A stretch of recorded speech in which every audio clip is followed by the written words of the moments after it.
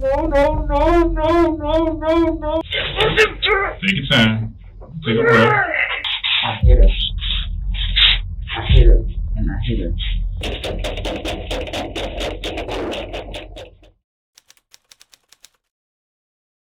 It all started with a scene of unimaginable violence unleashed by 27-year-old Dwayne Warren. He was taken into custody on December 29, 2020, after authorities discovered his girlfriend, Epiphany Andrews, in a pool of blood, having been stabbed 25 times and beaten so severely she was completely unrecognizable. She had asphyxia, and she also had healing blunt force injuries, which means that she had been traumatized a few times prior to her death. But this was not the only chilling incident they witnessed in Dwayne's Norfolk apartment. A far more heart-wrenching discovery was about to unravel, exposing the sufferings of his most vulnerable victims. What happened to your babies? I murdered. On December 29, 2020, Dwayne's girlfriend, Epiphany, who was no longer living with him, visited Dwayne's apartment to pick up her 3-month-old son, Demir Warren, after the Christmas holiday, completely oblivious to the tragedy that was about to befall her. The unimaginable was on the verge of becoming the undeniable truth. After visiting Dwayne's apartment, Epiphany encountered something horrific that eventually led her to call 911. But by the time the police arrived, it was already too late. They stumbled upon a nightmare. Everything in the apartment was disrupted. Dwayne was drenched in blood, and both Epiphany and Demir were lying lifeless on the floor. The police immediately arrested Dwayne and took him into custody for questioning. Again, I want you to take your time, start from last night, and walk me through from last night until where we are now. My son. How did you hear him?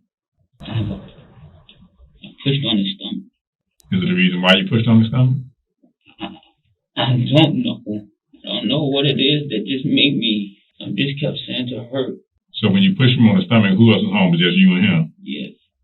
He was fine at first. Mm-hmm. And so when did he stop being fine? This morning. Describe to me what you mean by not being fine. Tried to wake him up. Mm-hmm. He wouldn't respond. Tried to help him, but it didn't work. Okay. Why I want to hurt him? You think it was a conscious thing you wanted to hurt him? No, I don't know why. I don't know why I love my son. I don't know why. I don't know why, what it is that just like something say just why am I always angry and mean and mad, and I don't know what it is. I don't know why. And I hurt my son because of it, and I hurt her. All right, so tell me what happened after you realized he was hurt. And when did she come over? I'm not sure when or what time. Did you call for her, or she just showed up? No, she was supposed to come and pick him up. Okay. But she doesn't live there? No. Okay. So tell me what happened when she got there. I hurt her. Why did you hurt her? I don't know why. Can you take your time and explain to me how you hurt him? Yeah. You hurt her. And I hit her. Let me ask you this, Dwayne. So when she came in and saw the baby, was she upset with you? I told her the baby was asleep. Mm-hmm. And what room was the baby in when you told her that? The same room that he was in. In the room to the left. Like that. And what did she do once you told her that? And I hit her. Prior to her even getting in there? No, she was already in the house. I mean, in the room with the baby. No. Where did you stab her at? I don't know. I mean, what part of the apartment were you in? In the room. Okay, in the room with the baby. And how many times did you stab her? I don't know. I don't know. Did she say anything to you? Stop. She said, I don't know why I hurt her. I don't know why. I don't know why I hurt them at all. I don't know why. What did you do with the knife? What? It's still in the apartment? Is it a kitchen knife or a folding knife? It's a kitchen knife. What color is the handle? Black. Is it a big one or a medium sized one? It was two. It was two of them you used? I cut her. I hit her. I hit her with the speaker. I hurt her. I kept doing it. I wanted to stop, but it was just bad. I don't know why I did it. Was there anybody else in the house when this was going on? No. I murdered her. I love her. I don't know why. Dwayne's statement provides a chilling glimpse into his psyche unraveling under the pressure of guilt, confusion, or something much more sinister. Even though Dwayne portrays himself as someone capable of love, his heinous act contradicts that very emotion. But the story has only just begun. Shocking confessions are on the verge of being unfolded as the detectives press deeper. After this was over, you posted something on Facebook. Whose phone did you use for that? I posted it. I used my friend's phone. Your friend who? Carson. Tyrone's phone? He has more than one phone? Oh. I tried to stop her bleeding. You tried to help him? I didn't want to hurt him. So, if I get what you're telling me correctly, the child was hurt last night. No, he was fine this morning. He was fine this morning? He was breathing. Was it normal breathing or was it labored breathing? It was kind of, I don't know how to explain it. Hard. Hard breathing. And then eventually he stopped? I don't know. I thought he was fine. So what made you get mad at Epiphany? I don't know. I don't know. I don't know. I love her. So when she was walking back to the room with the baby, did she actually see the baby was injured before you? No, She didn't get a chance to see. she didn't know. She thought he was asleep. Okay. And you were afraid that she would realize that he was deceased? I didn't even think it. I didn't think about that.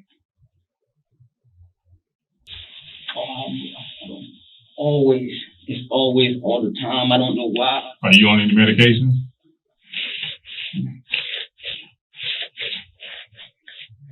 I have blood. Your fingers cut. Need to get you a bandage. I tried to help. I don't know. Here you go. All right, let me get you a band-aid. How long y'all been together, Dwayne? Almost 3 years. How many? We went together. You say 3 years? 2 years. 2 years? You loved her, didn't you? I do love her. I do love her. I do. I know you do. Oh, I don't know what I did. You made the wrong choice, is what you did. Okay. I didn't want to hurt her. Okay, and that's what we want to. That's what we I love want. her. I know you do. I love him. I know. What is wrong? Something is wrong with me. Well, that's what Dwayne. That's what we want to Something is talk. wrong with me. That's what we want to talk about. Something Dwayne. is wrong with me. That's what we want to talk about. Okay, and we want to try to get you the help that you need. All right, I need to die. Dwayne. Why do you feel that you did this? What was going through your mind? I don't know. It's always something. Why do you feel you did the things you did? I don't know. I'm not happy with my life.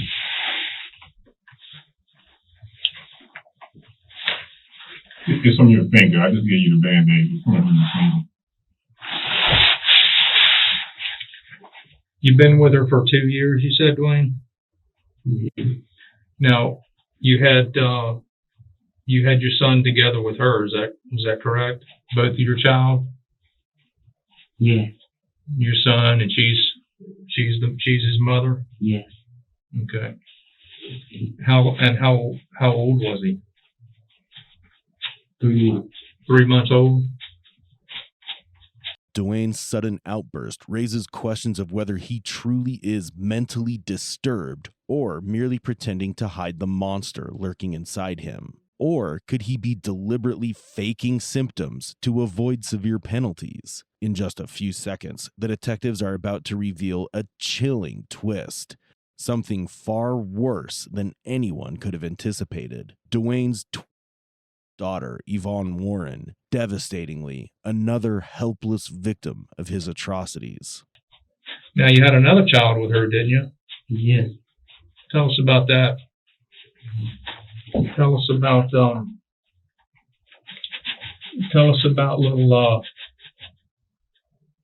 Yvonne. How do you know my baby name? Why you did the things you did, Dwayne? I don't know why. I don't know. I don't know. Tell us what you were thinking. I don't know. Tell us how you felt.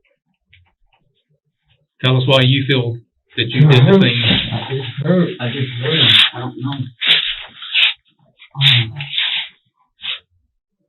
Tell us why you feel you did the things you did. Something wrong with me. Something wrong. We need to get you the help that you need, Dwayne. I don't know what I need. I didn't want to harm them. What did you intend to happen? What did you want to happen? He was just gonna go home with his mom. Tell us what you did to him. I hit her. And I hit her. Okay. Tell us what you did to your son. I hurt him. And how did you hurt him? I pressed down on his stomach. How many times? A lot. What else did you do to him? Did he cry when you did that? No. What did he do when you did those things to him? I don't know. I can't hear nothing. I try to stop myself. Like something is telling me to do it. Like just hurt him. I don't know why. How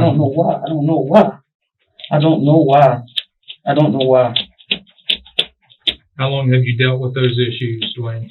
I don't know. On December 19th, 2019, Norfolk Emergency Services personnel responded to a report made by Dwayne and his girlfriend Epiphany, daughter Yvonne Warren, who was unresponsive, and after examining her, she was later pronounced dead. Initially, Dwayne informed the police that it was a tragic accident while co-sleeping with his daughter. But that was not the actual story. The truth was far darker. For months, Dwayne had kept the truth buried, thinking it would never be unraveled. But now, it's finally coming to light. Is that what happened? Is that what happened back in December of 2019 with Yvonne? Something come over you like it did today? Something very similar? Something told you to hurt her? No. I didn't hurt my baby. Huh? I didn't hurt my baby. Now, you know you sent this Facebook post out today, right? You said, "My babies, I love y'all. I'm so sorry." Right? Do you remember writing that, Dwayne? Yes. Yes, that's my baby. I understand. You loved both of them. I understand that. And you're sorry for hurting your babies. I know you never wanted. I know you never wanted to hurt her, Dwayne. I don't know what it is. I don't know. I understand. I try to fix me. I try, but I can't. I don't know what's wrong. There's something wrong. Well, Dwayne, there's people out there. We're going to get you the help you need. All right. I know you said you never meant to hurt her. Just like you never meant to hurt your son. But tell us about Yvonne. Tell us what came over you that day and caused you to harm her. I don't know. Did you do to her similar things that you did to your son? No. I don't know what's wrong. What is wrong? Something is bad. Something bad is wrong with me. Something is in me. Something is wrong. take a deep breath for me, Dwayne? Can we talk about Yvonne? And you loved her, didn't you? I love my baby. I know you do. I know you do. It's something wrong. And you wouldn't normally do these things to them, would you? Can you tell us what you were feeling in December of last year when Yvonne passed away? I know you're sorry. You put it in your Facebook thing today. You said you love your babies. And you said, my babies, I love y'all. I'm so sorry. Please forgive me. I loved you both. And you pray that God takes care of them. Okay? And He will. But tell us about Yvonne. It's in God's hands now to take care of them.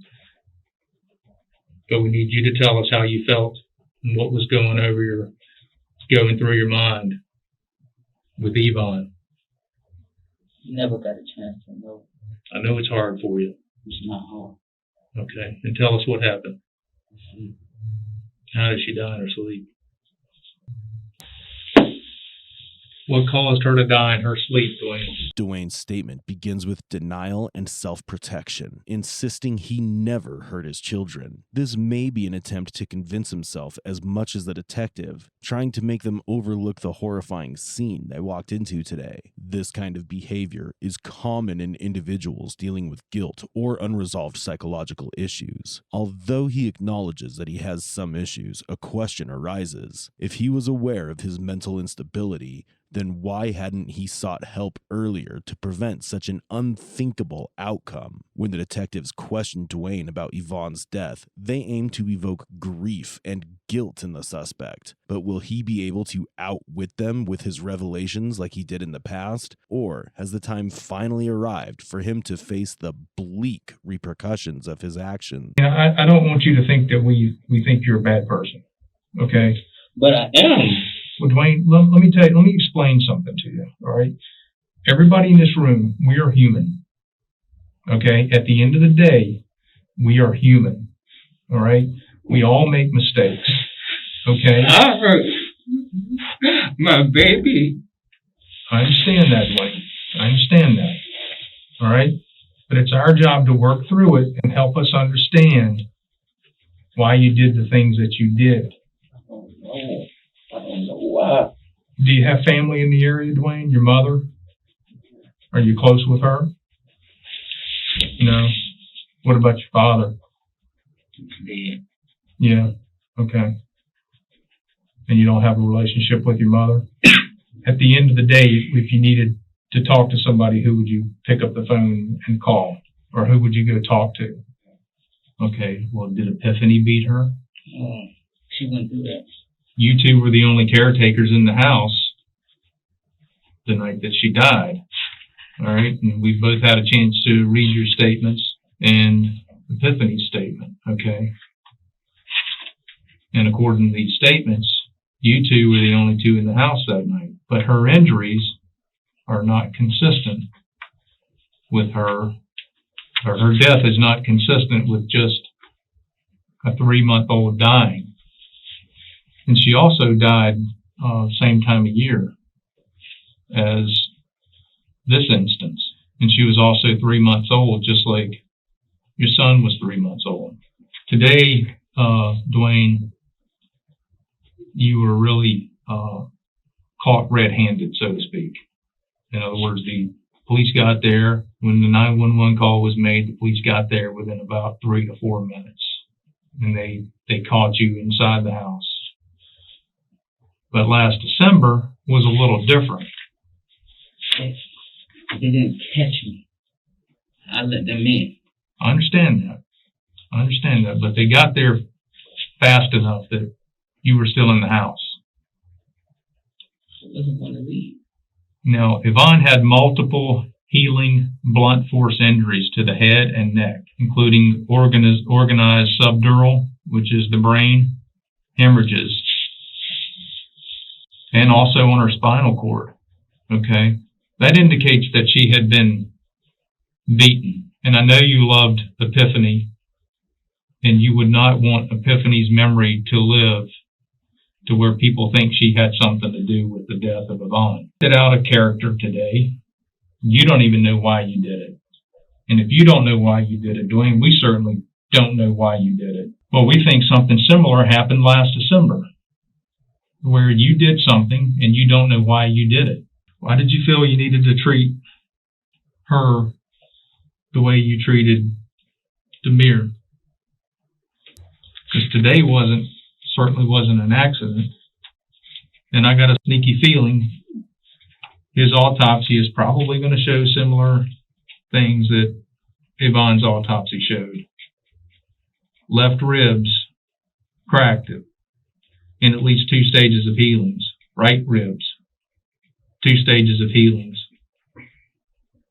Multiple rib fractures in 3 stages of healings. Okay, I've got a feeling his autopsy is probably going to be very similar to Yvonne's. And you know what that means? That means that you contributed to Yvonne's death just the way you did Demir's death. Dwayne, what you thinking about? I heard the people I love. Now, take your time and explain to us what happened last year. How have you heard the people you loved last year? I need a cigarette. Unfortunately, none of us smoke here. I didn't hurt my baby girl. You say you did or you didn't? I didn't hurt my baby girl. Well, how did she pass? You want to smoke, Dwayne? So she said you didn't smoke? We can get you one and go outside if you want to do that. We just can't smoke in here. Yes. Would that calm your nerves a little? Yeah. All right.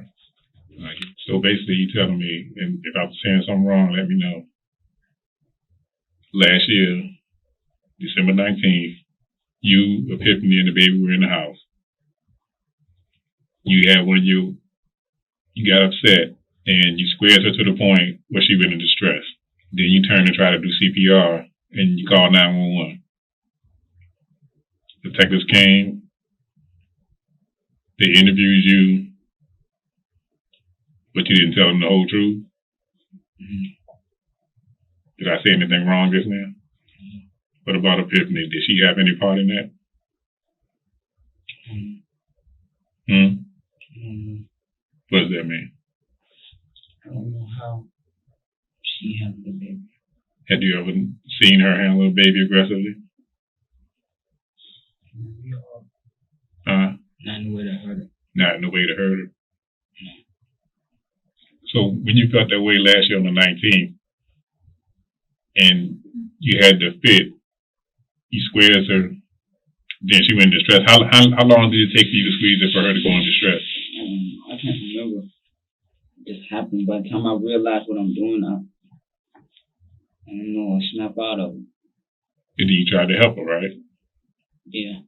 I don't know what would make me do that to my own baby. All right, we'll step out in a second. Okay. Are you hungry yet? I can't really eat right now. All right, let me know if you need some. After years of investigation and heartbreak, on May 27th, 2022, Judge Gerald C. Jones of the Norfolk Circuit Court sentenced Dwayne Warren on 3 counts of second-degree murder. Who was at the house tonight when you came? I know you. Give me that. Yeah. This insane man, thrashing around like a fish out of water, is 48-year-old Clifford Burns. He's just surrendered after brutally stabbing his ex-wife, 42-year-old Patricia Burns, to death. But this guy isn't just a murderer. He tries to present himself as a raging demon. I stayed away. I haven't seen my kids in 8 months. It's Christmas. I am the devil. But I did it the right way. I handled it like a man, so thank you. Even if he's just a wannabe devil, his actions are pure horror. Not only did he kill his ex-wife, but he also stabbed her daughter, narrowly failing to finish her off. Yet regret is nowhere to be found. Go f*** yourself. What do you think, I can't kick you upside the head with my boot right now? I'll make you wear this size 8. You asked me another question about when I got there. I'm gonna spit on you. His rage was proving to be a nightmare for the detectives, but what could have gone so wrong for this man that he's filled with such anger? To find out, they must first determine whether he's truly insane or just putting on the act of a lifetime. Kill me! Put a bullet in me right now. Bullet in me. Blow my head off right now. Like any other sinister tale, this one begins with a chilling 911 call made by Patricia's daughter, Autumn, from their Lake Luzerne apartment on Christmas Eve, 2013. 911, where's your emergency? My mom's bleeding out on the floor. My dad just came in and they stabbed her and she's dying and she's bleeding out. But that was just the beginning, and things were about to get even worse. Oh my God, my mom's dying on the floor. My sister's gonna die. You need to get people in here. He's on foot. He ran. I don't know if What's he wearing? He's like 5'9", 5'10". He's bald. He's wearing camouflage right now, and I think he's gonna go out into the mountains. When officers arrived at the scene, they found Patricia lying in a pool of blood, brutally stabbed multiple times, with the house in total disarray. The killer's identity was no mystery, but tracking him down was another challenge. However, just as the investigation began, Clifford walked into the police station ready to surrender. The officers initially thought Clifford's surrender would make their job easier, but they couldn't have been more wrong. What awaited them was the most unhinged interrogation, and they were in for hours of curses, rage, and relentless abuse. Absolutely. I don't have nothing on you guys. You want me to strip down? No. Clifford, you gotta bear with me. I don't have my glasses on, alright? I know my rights and everything. You don't have to even read it. Just give me my charges. I'm pleading not guilty. I'm not a disrespectful guy either. Okay. You know the Backus brothers, who they are? I know them, yeah. They started all this. Yeah. Brother Teddy. And they're lucky I'm in my right mind, because I deal with AK-47s and AR-15s. Mm-hmm. What I'm going to tell you what happened. My ex-wife put a court order against me. Teddy Backus went over in the house and shot the house up with a gun and got all misdemeanors because you're corrupt in Warren County, and you know you are. It was an apartment complex with kids in it. An unregistered illegal handgun, and he gets all misdemeanors. That's what I want to do to her face. Right up with a knife. She took my kids away from me, everything I have today. I get a call from my lawyer saying they're coming with a warrant for my arrest for missing 2 child support payments. I stayed away. I haven't seen my kids in 8 months. It's Christmas. I am the devil. Where's your kids now? They're home. I don't know where they are. I haven't seen them in 8 months. When this broad can do this on Christmas, me and like this, it was my last straw. I'd rather live in prison. From the very beginning, it's clear that there will be no sense of guilt here. Clifford is angry at the moment, but sadly, he and Patricia were married for 15 years and had 2 daughters, Harley and Autumn. In addition to them, Patricia had 3 more daughters from a previous relationship. After leaving Clifford, she moved on and began dating a man named Ted Backus. Now, in the interrogation room, Clifford is ranting about how Backus once fired a loaded gun inside Patricia's new apartment, yet somehow he was never put in jail. Do you know when a woman snaps you and keeps your kids away from you, what it does to a man? That you work and pay for your kids your whole life? Then the Backus brothers rigged the charges when the guy goes over and shoots my old lady's house up and beats the out of her, and he gets misdemeanors. You know what happened up there. All misdemeanors, 9 of them when he shot the house up with an unregistered handgun. Do you know who Teddy Backus is? I know you know who he is. He's a retard. If I ever could get my hands on him, I'd kill him. I'm a man in every aspect. I gotta refrain myself because I can't even take it no more. Okay. You know what happened today? Family court calls my lawyer up saying they're taking my kids and put me in jail, and I did nothing but pay it, you guys. And this guy shoots the house up with a loaded handgun, gets all misdemeanors. It was an apartment complex. You know Governor Cuomo's gun laws? It was an unregistered handgun. Every bullet in the chamber of the gun was a felony. Going in the apartment complex was a felony and dislodging the handgun. He got 9 misdemeanors because of his brother. Beat my old lady up, put her in the hospital. My kid was home. Get Get him in here and put me in the room with both of them. I'll beat the out of him. He ran like a coward and a snake, and his brothers are two pieces of Okay. I have no idea what you're really referring to. You know what I'm referring, 69 Route N. Okay. December of last year when he went in with right now. So I'm filling you in. I wasn't there that night, so I don't know. He's weren't there. Nobody did nothing to him. Nobody did nothing. But me, 2 court orders against me and haven't seen my kids since last year. He's disappeared from the town because I've been going up there the last few days. I was going to got him. Teddy Backus. You can tell him I said it. Don't ever let me out of jail again. Because I'll kill him. I love my children. Right here, Irish, and they're Irish, and you let this walk? We didn't let him do anything. But his brothers did. Okay. When I come home from family court, when she had me arrested on a violation, the cop in the car said he was brand new and he knew the charges were Trump, but he didn't open his mouth. Clifford uttered more slang than useful information, but to clarify, Patricia won custody of Autumn, while Harley initially chose to stay with her father. However, after enduring abuse, Harley too moved in with her mother, and Clifford became responsible for the child support. But when he fell behind on 2 payments, a warrant was issued for his arrest. That alone had him fuming, but what really sent him over the edge was the fact that Ted Backus, who fired a gun inside Patricia's apartment, walked away with only misdemeanor charges. Clifford's rage is evident, but at its core, it all boils down to one thing: jealousy. I love the broad. She took everything from me. My lawyer called me today and said I'm going to jail for a violation of not paying child support. Paid his cunt $250 a week. I lost everything. My business, all my vehicles, and my house. I'm whittled up to a $600 apartment while this runs around my money.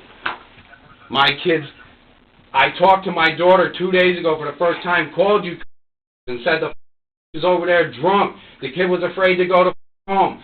They were going to do something. They never do nothing to the They go there and she's intoxicated with the minors in the house and you do nothing. What the is your problem? I don't know who went there. You're classifying us all as one group. I don't know who went there. I don't know who's handling. You know what? You got to admit, brother. Say what you want. We're off the record because I ain't signing nothing. Okay. The Backus brothers rigged his charges, and this is what I heard because I know everybody in the town. Okay. The man that built the town hall told me he was going to lose his gun, his hunting license, so they didn't give him felonies.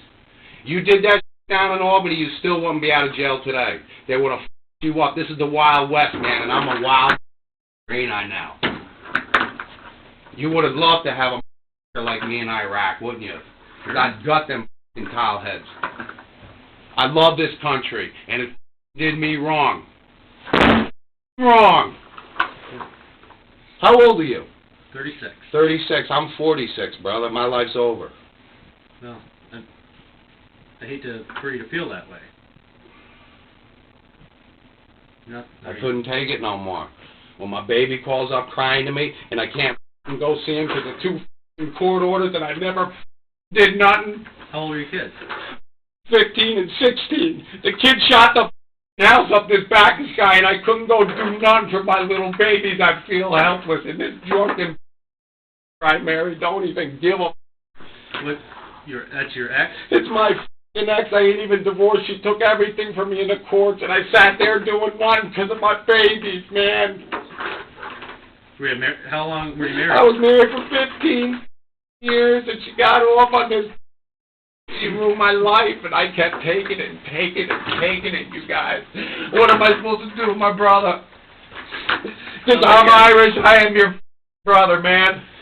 I'd have you back all the way in Iraq. I know. I hate towel heads. Clifford's pride is through the roof, and every sentence drips with arrogance. He blames everyone and everything, but refuses to acknowledge his own wrongdoing, a classic display of narcissistic behavior. And this is just the beginning. As the interrogation progresses, things are only going to get more chaotic by the minute. You're a very passionate man, I see that. Listen, I woke up today, and I got a call from this here in family court saying she put me in jail on a violation because I missed 2 payments. They didn't cut you a break. How long you been paying? You missed two. There's a warrant out for my arrest right now. I can't even go out of my house. I paid the payments. I went in front of 2 judges. They paperwork. Next thing you know, I get a letter saying they're suspending my license and I get paid. I called the lady up. She hung up on me. What's your first name? Clifford. Clifford? You go by Cliff or Clifford? My real name's Clifford. I go by Cliff, sir. All right, Cliff. I have no idea what I happened. go in the house and she fucking tells me she loves me after she's 10 guys in the last 2 years. I don't see nobody. I don't go out. I work and pay my child support. I lost my apartment. It's wintertime. I'm a professional tree climber. I own my own business. They took everything from me. Listen, New York's so fucking corrupt it ain't even funny. You guys know it. I couldn't stop myself. I got up today. I called my sister up. My sister says, I've been seeing your kids behind your back. And she hates my wife, and she went there. I don't even know what's going on anymore. I couldn't even say goodbye. I haven't seen my daughters in 8 months. You guys know when you're little girls, you pay for them. You go to work every day for them, and that cunt wants to be drunk. My wife's a full-blown 3 years ago, her daughter died. She went in the bottle. I begged her to go to counseling. Next thing I noticed, Teddy Backus is in the picture. I had 2 court orders, and I was taken right out of my town. My father raised me, and he showed me how to hunt and fish and go through the mountains.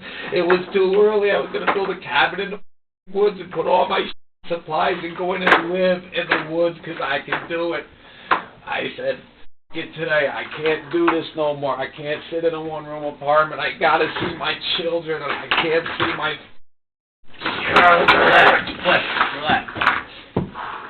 I'm here to listen. I'm gonna tell you what listening is. Bring the Backus in, brothers, and I'll fight them one-on-one with one hand. I'll break both their jaws right off them. I believe you. Do you believe me? I can see you're very passionate. You want to see? There it is. White power. That's what I believe in. The Irish. Before this proud man strips down completely to prove his point, let's state the obvious. He brutally murdered the mother of the very children he claims to love. Now he's on his way to jail. In a single night, he left his teenage daughters parentless, yet somehow he still believes he did the right thing. Insane or not, one thing's for sure. He's no genius. You guys, you deal with weapons every day. I had AK-47s, AR-15s at my disposal. I could have made this a war. You want to know where my mindset was? Take her out, spray paint the building, let's play Backus, boys, and take them in the mountains. You would have had to drop a platoon in for me. A platoon, brothers. I kept the war. I came here and did the right thing. I turned myself in. I'll go to prison. I'm done.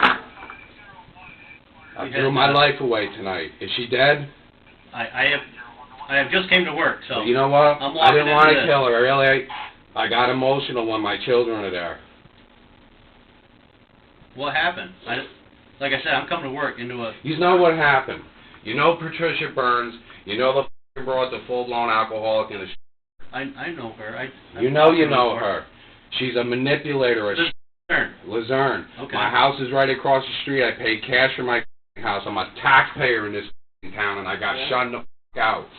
You guys know what time it is. I want to ask you a question. How'd you get that scar, brother? Always had it. You know what? That's the scar when somebody snitches. They cut you from the... I was going to just cut her from the ear up and chop her hair off. I don't even give a anymore. This is my deal. I couldn't live my life anymore. I was afraid to go out of my house. Got 2 court orders. My phone's home. I left it there for GPS tracking. She called all weekend drunk, telling me I'm going to be arrested and put in jail for a violation of child support. What am I supposed to do? I call the courts, call lawyers. I went to Niskuna police station, tried to have her arrested twice. They can't do nothing.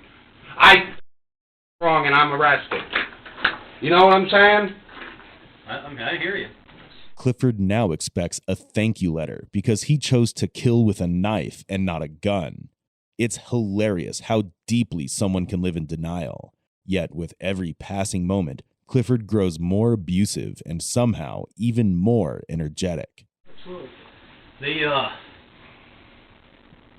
Which kid? What's your kid's name? Harley and Autumn Burns. When I talked to her the one day, there was a bunch of kids there. So listen, you guys, I gave my children everything. Victoria Secrets and they're 15. Abercrombie, Nikes, American Eagle. Sure. What do you think? I don't know the names?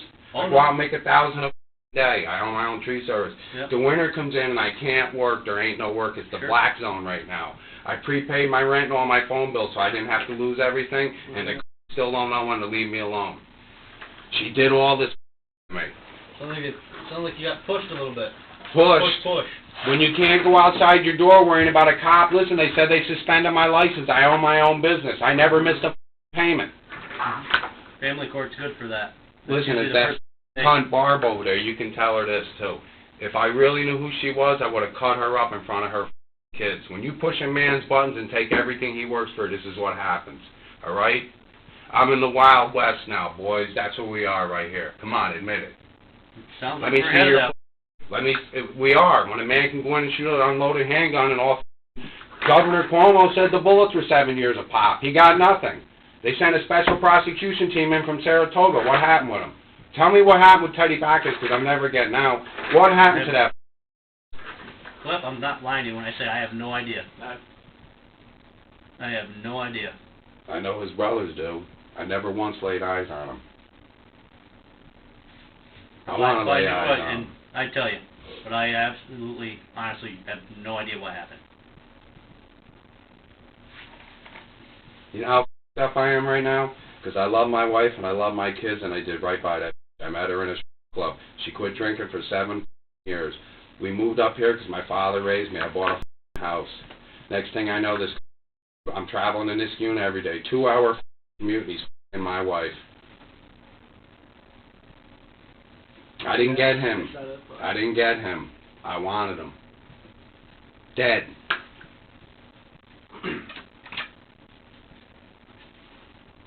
Here's the problem I have. My little baby's got nothing now. But my whole tree service, my American Iron Horse chopper, and that car out in the lot. I wish one of you guys can make sure my kids get everything so I can sleep at night. Please. Is it in writing? I put it in writing right on my table before I left on this recon mission. Okay. Clifford sees his brutal crime as some sort of recon mission, fully convinced that he's the anti-hero of his own twisted story. It's as if he drew inspiration from action movies, but his Wild West delusions make it all the more disturbing. He actually believes that after all this, throwing some money at his children will somehow make things right. Just keep take and take and take like a snake. $250 a week I was paying. In child support. I haven't eaten in 2 days, and this calls me from Warren County child support. Puts a warrant out for my arrest on Christmas Eve. You tell me there ain't something wrong here because I missed 2 payments?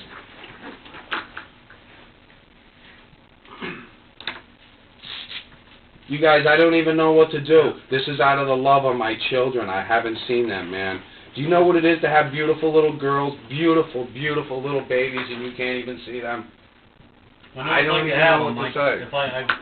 It'd drive me crazy if I couldn't see them. I know. Do you have kids? Absolutely. 3 of them. She put a court order against me, a 5-year court order. I couldn't even go up to the town. I had to stay in this unit, you guys.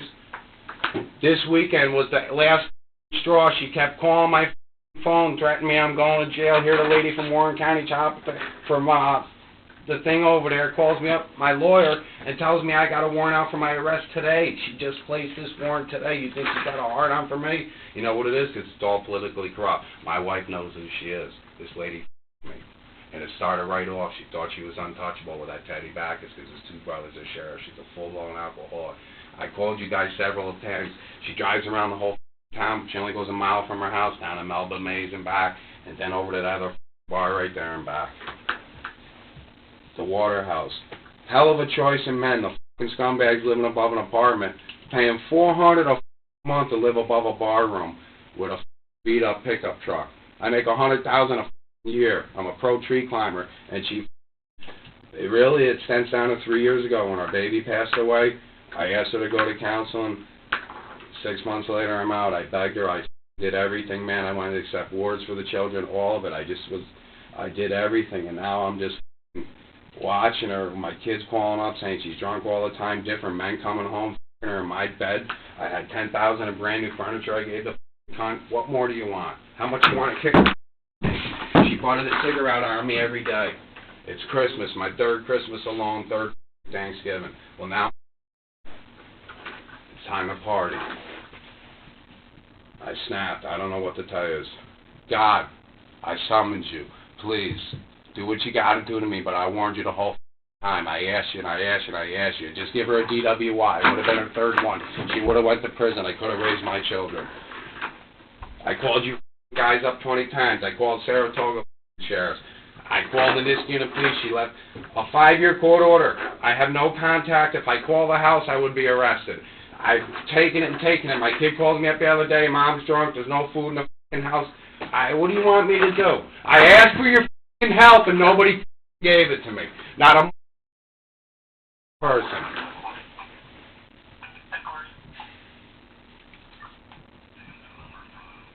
Listen, you're lucky I'm in my right mind because I was going to have a shootout with you. But I did it the right way. I handled it like a man, so thank you. Thank you. No, that's right. Because I'm pretty damn good. I could drop a 30-round mag and I don't even want to tell you the time. I'll pop the other one. I take them again. You know what time it is. Clifford rakes in $1,000 a day and needs to pay just $250 a week in child support. He lives in a modest $600 apartment, yet somehow he claims he went 2 days without food and hit rock bottom.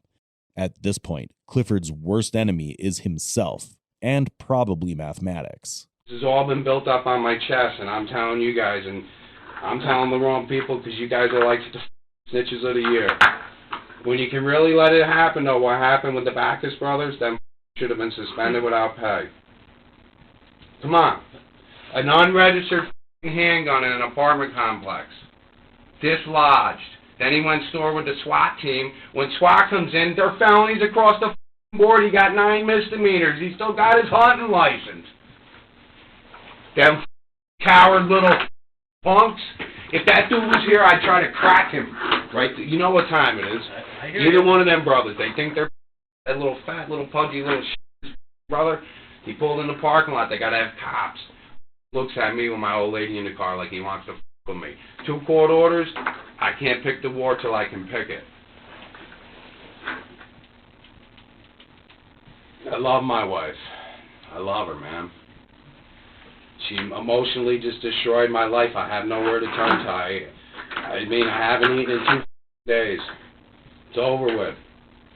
Is that you came from your wife's house when you came here? I don't know what you're talking about.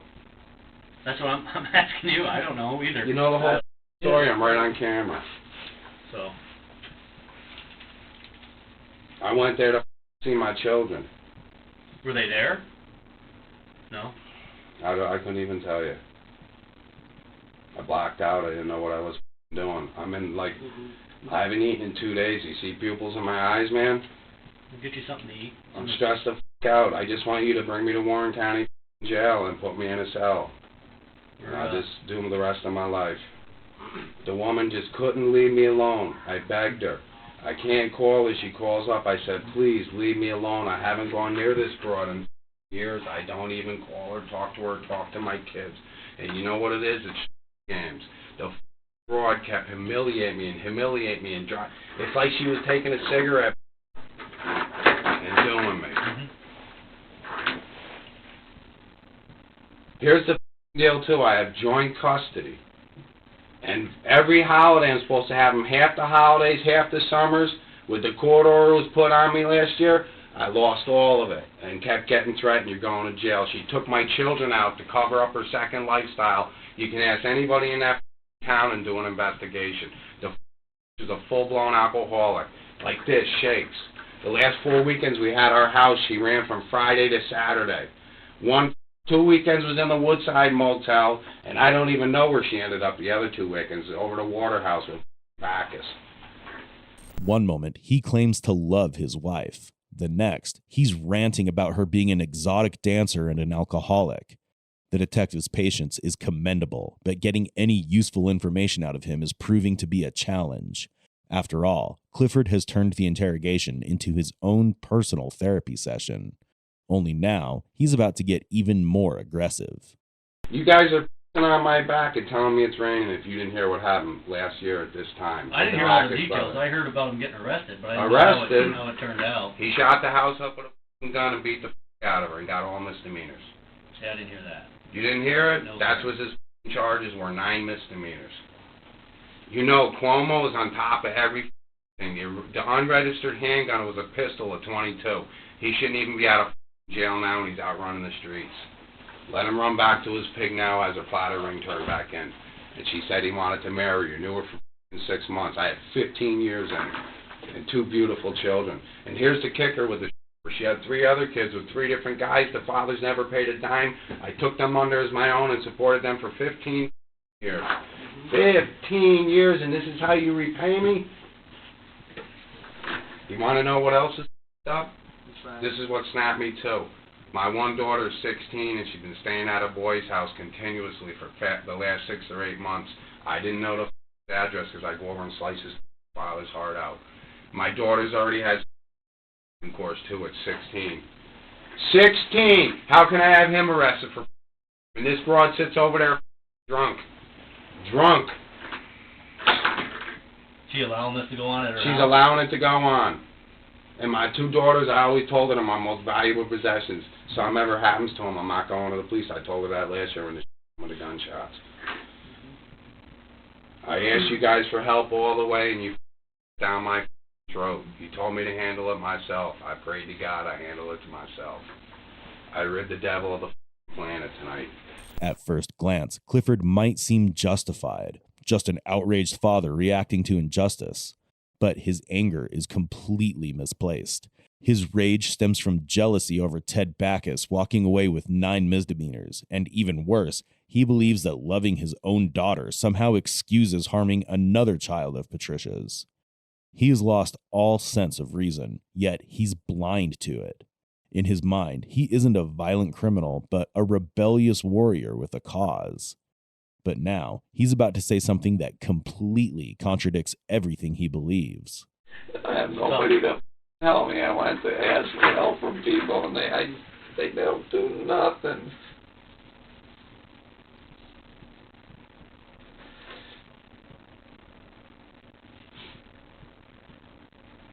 I've worked for so many police officers, you guys. I do all the highway department work, schools work. And I'm a good guy, and I never did nothing wrong. I married his and she got off on this every day, calling me up. I had 2 court orders. She wanted to run my life, just pay and take everything I own. I'm in Supreme Court. I spent $13,000. A lawyer sends me a bill, says I owe him another $10,000 to divorce us. That don't own nothing. They're all my possessions, my assets. I work so. And I never disrespected you guys ever in my life. And I showed you respect tonight. Trust me, brother. I showed you respect. You did. You did. Absolutely. We're not disagreeing with that. Look, you can't even. I'll wipe that smirk off your face. You ever laugh at me again? No, you're smiling like you think it's funny. I don't, sir. You just smile. I'm upset. I'm upset. Oh, yeah. I'm upset. Understand you're upset, sir. It's American justice.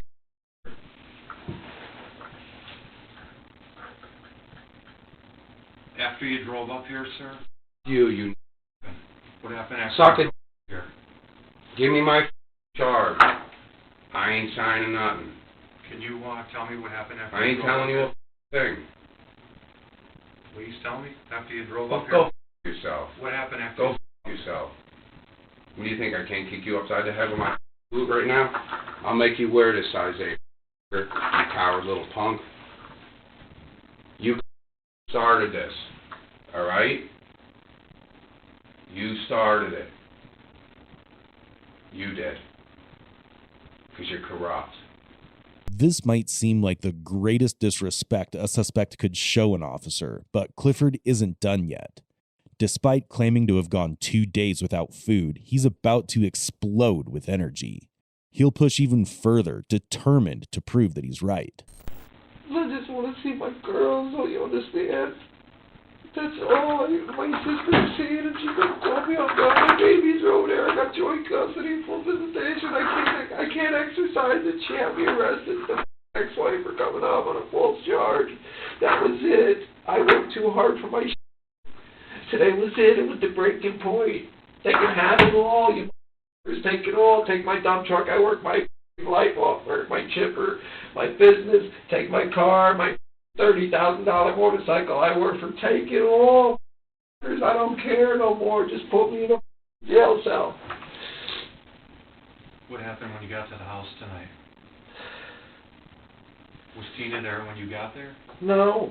Who was there when you got there? Dude, I blacked out. I don't know what happened.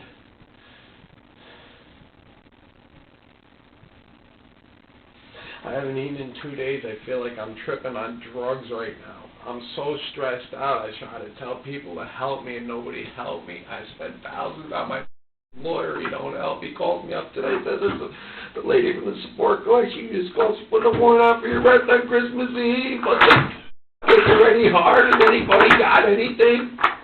I fucking can't take it no more. I just want to see my kids. That's all I'm asking for. Who was at the house tonight when you got there? I don't know. You asking me that. What can you tell Get out! Give me the charge and bring me to prison, alright? Check on that, okay? Please sit down. I'm going to check on it for you, okay? Just trying to find out what happened tonight. That's all I'm asking of you right now. What do you think, I'm stupid? I'm signing nothing. Give me my charge, whatever you want to give me. I told you. You ask me again, I'm going to rip your head off. Get out. You keep asking me, what do you want me to tell you? I just told you I snapped. I don't see my kids. Alright? You know what they happened. I understand very well that you're upset. What happened tonight over there? Over where? Luzerne. You keep asking me that. What happened up there? I don't know what the happened. I blacked out. Do you know what when you got there, or who was there when you got there? I couldn't tell you nothing. I want to see my old lady, tell her I want to see my kids. Did she meet you at the door? Mm-hmm.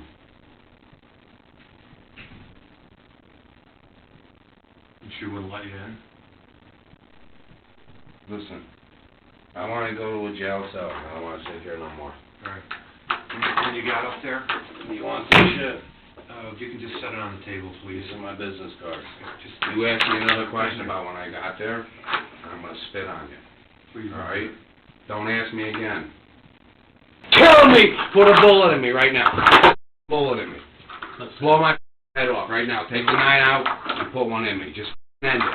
I should have pretended I had a gun out there. I thought about it all the way. I don't want to live no more. You took everything from me, you cowardly little. It started last year with the back scratches. On April 17, 2014, Clifford pleaded guilty to murdering his ex-wife, Patricia Burns.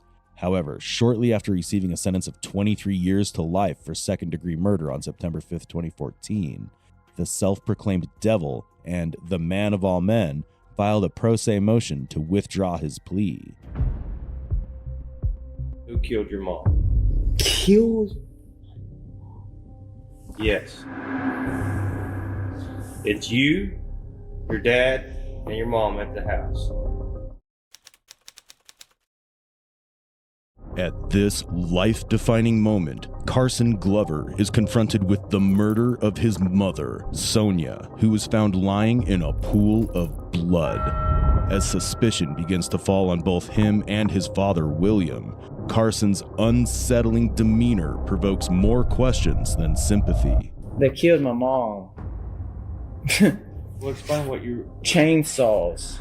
Machetes. Carson's behavior borders on delusional, but what he did was downright bizarre. Hey, bro.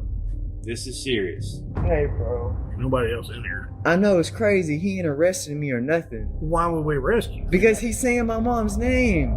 Carson attempts to outsmart the detectives, but they're determined to uncover the secret he's desperately trying to hide behind his facade of madness. I'm the best teammate y'all got. And that's why we're trying to get good and information. And then y'all is just some damn police officers. On December 21st, 2019, in Sherwood, Arkansas, 55-year-old William Glover reported discovering the body of his wife, 54-year-old Sonia Glover, on the couch, covered in blood. Inside the home, officers also encountered the couple's 19-year-old son, Carson Glover. Both William and Carson were taken to the police station for further questioning. I'm Detective McDermott, Sherwood Police Department. Along with me here, Sergeant Hicks. And in front of me is Carson Glover. So Carson, go ahead and tell me yesterday, your whole day, All right, the time you woke up. Yeah, that's what I was going to say. Okay, first when I woke up, I split a little firewood because we almost had a whole load to take down the street to sell the firewood. So after we did that, we took it down the street and sold the firewood. And who's we? This is at like 2:00, and this is me and my dad. Okay. And then, let me think for a second. When my mom got there, when me and my dad got there, my mom wasn't there, and I called her, and she said she was at Goodwill, Dollar Tree, going to Jacksonville Goodwill, saying she's going to be back later. So she didn't get there till let's say about 5:30. And then what happened? I knew this was going to happen, but at 5:30, what happened? Oh, yeah, me and my dad, we got a fire pit going because he was going to make some cheeseburgers on the fire. Mm-hmm. And then, hold on.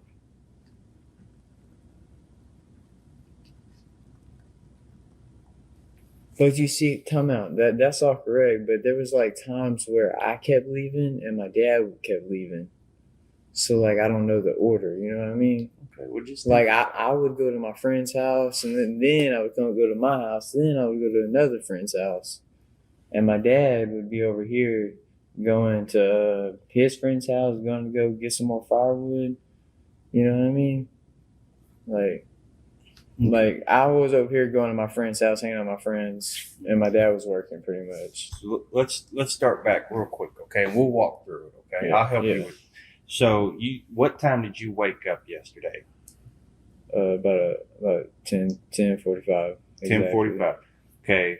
And you were at your house at? Yes, I was. Okay. Was anybody else in the residence? Yeah. Who? My mom and dad. Okay. All right. So you got home around 10 o'clock, you said? Who was all at the residence when you got home?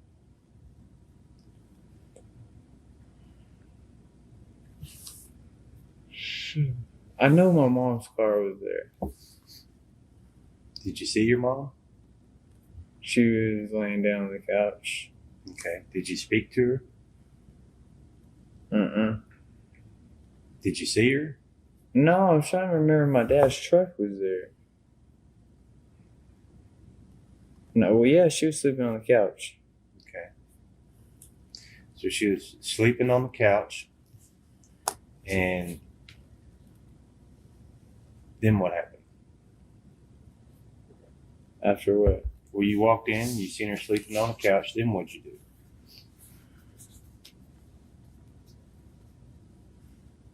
Well, I probably went to my room, but no, I was trying to figure out what I did before then. Because I don't remember, if my dad was there. It's just, a whole bunch of different variations. If my dad's not there, I'm going to get my friend to come back over. And I don't know how to describe it to you. It's a bunch of crazy life stories you have to be with. You got to be with our friends to know, I guess. Carson offers a vague timeline riddled with inconsistencies, despite the fact that the events occurred just a day earlier. During questioning, he let something slip. He knew this was going to happen. He claims he saw his mother lying on the couch when he got home that night, assuming she was asleep. However, his reluctance to provide clear answers and his evasive demeanor suggest that he's dodging the truth. confident that he's outsmarting the investigators. Then he says something so unexpected that it leaves detectives stunned. All right, well, look, That's probably what it is. Carson, this is what I'm trying to figure I out. don't want the person that gets hurt, I don't want you to know nothing about them. What do you mean by that? They killed my mom. Well, explain what you... Chainsaws, machetes. What do you mean? Y'all are talking to me. I have a brother too. Well, we can only talk one at a time. Exactly. That's stupid. All right. You got home around 10 and your mom was sleeping on the couch. Right. And she wasn't hurt or anything? I didn't mess with her. Well, I know that. I'm saying she wasn't hurt. I didn't mess with her. I Okay. seen afterwards. So, Okay. okay. But I didn't walk over there towards her. Okay. So tell me, after she was done, she was sleeping on the couch. And then, oh my God. What did you do? You said you probably went to your room? Or Wait, what was your question? You said, after you seen her sleeping on the couch, you said you probably went to your room? Yeah, I either went to my room or fireplace, maybe. Okay, which is it? Which one did you do? Did you go to your room? Maybe both. Okay. Then what happened after that? Did you go to sleep or just stay in your room? No, I did go out to the fire. I went to my room, then I did go back to the fireplace, went back to my room, and then that's when my dad got there. And then I heard screaming, I ran in there, and then I instantly seen a pillow right there covered in blood. How long was your dad home from the time you heard the screaming? How long was he home since I heard the screaming? Like, my dad just got home, then heard the screaming? Well, that's what you said earlier. You said you weren't sure if he was home, and then you said he just got Nah, home. he was freaking out. He wasn't, like, screaming, you know? How did you know your dad just got home? Is what I'm trying to ask. I heard the door. You heard which door? The door, the red door. The front door? The front door is loud. I mean, you can hear it. Okay. And then after you heard the door open, then what? And then I still stayed in my room. And then, like, 2 seconds later, he said, "She's dead." That's exactly what he said. Okay. How did he say it? Screaming. Okay.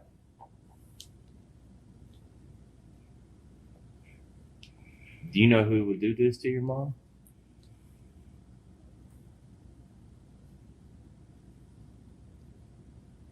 No. As Carson continues to speak, he unknowingly digs himself deeper. In an attempt to deflect attention, he mentions having a brother, subtly shifting suspicion in another direction. He claims it was his father's screams that drew him from his room to discover his mother's body. However, the longer the questioning continues, the more twisted it becomes. Detectives begin to wonder, is Carson covering for his father or deliberately painting him as the villain to save himself? Now they're about to confront him about a statement he made just moments ago, and his reaction only deepens their suspicion. That's what we're just trying to make sure that we're on the same page with you. We want to understand. It's impossible. Your statement that your timeline kind of keeps mixing up, so that's what I'm trying to. I'm really good at that, though. I'm good at that. I'll admit that. Well, like timelines and like on points, exactly 9 o'clock. I'm good at that. Well, that's all we're trying to establish. So let me ask you this: you said a statement earlier. You said you knew this was going to happen. What did you I mean ain't say that. No, I did not say that. Well, actually, I wrote it down when you said it. I knew this was going to happen. You said it, and I wrote it down right when you said it. I knew this. No, I never. Okay. I didn't say. No. Time out. Okay, it's fine. I might have said something similar or whatever. Okay, what did you mean? No, when did you hear me say that? Right at the beginning? Yeah, right at the beginning. Of here? Mm-hmm. I knew this was going to happen. And, well, I was, about what? You knew what was going to happen. I'm trying to ask you what you meant by that. Well, shoot, I'm over here freaking out. I think I'm like in jail right now. You're not in jail. I You're know, not. but it's just the way I am. We're trying to figure out what happened to your mom, okay? That's taken care of. What we doing? Let's like put in some investigation or That's something. what we're doing. That's what we're doing right now, okay? We have to get the timeline to everybody that's seen her. We got Some the we got the bill. kid probably. Why do you think that? Is there a kid in particular? Not you think? particular. Well, there was, but I don't really think so. Who? No, that. I mean, he's done for. All right. Well, let me ask you this. I want to help me understand what it's like in your household living there. How would you describe living there at your house? It's arguments. It's pretty. I mean, it's arguments and fights all the time. Okay. But it's not like no pa or fighting. It's like who's arguing? Pouring milk and Mountain Dew on each other type of fighting. Right. Well, who's that fighting? happened? That happened last night. And mom, or you and dad, or dad, them two. You talking about you two being, or them two being your mom and dad? Yeah. Okay. That happened last night. What happened last night? My dad poured Mountain Dew on my mom. Okay. And one time poured coffee on it. Okay. What time did that all happen? That one happened a while back. The coffee was yesterday. I mean, the Mountain Dew was yesterday. And something else serious happened yesterday, but I can't remember. Tell us about it. I'm thanking you, man. And I seen him pour the coffee on it. What happened after? Hot coffee. When was that? That was a couple months ago. That was like 3 months ago. But my dad's he's not a bad person though. He's kind of he's a little crazier, you know.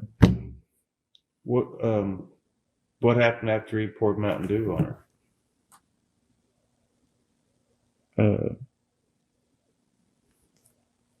Well, actually, I don't know because I was in my room. Next thing I know, they both ran outside and then they locked themselves out.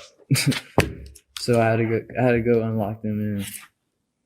And then my mom was trying to scratch me and stuff. But that was tonight? That was yesterday. Well, what time was that? Late, like 11 o'clock. I'm surprised the cops didn't call in. Like 11 o'clock last night? Mm-hmm. Like they were screaming super loud. Carson, I came up here to understand about you. You understand? You just gotta get the truth out.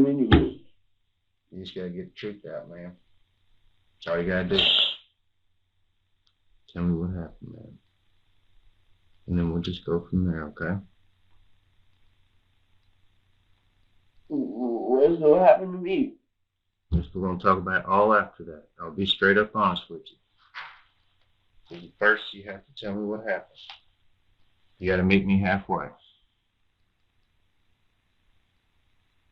Okay? Carson, you gotta get it out of you, man. I told you yesterday it's eating you alive. Tell me what happened. So I can help you. Why'd you kill your mom? Carson, do you love your mom?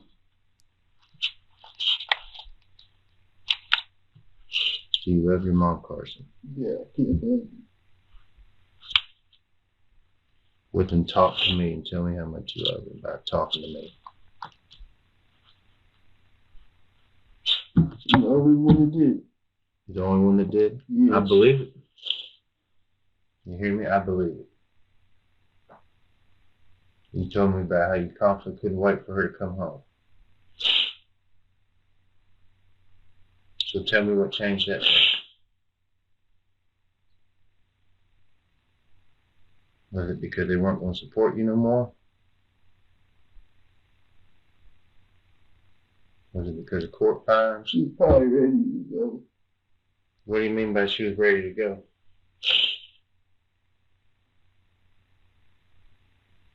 I don't understand what that means. What do you mean?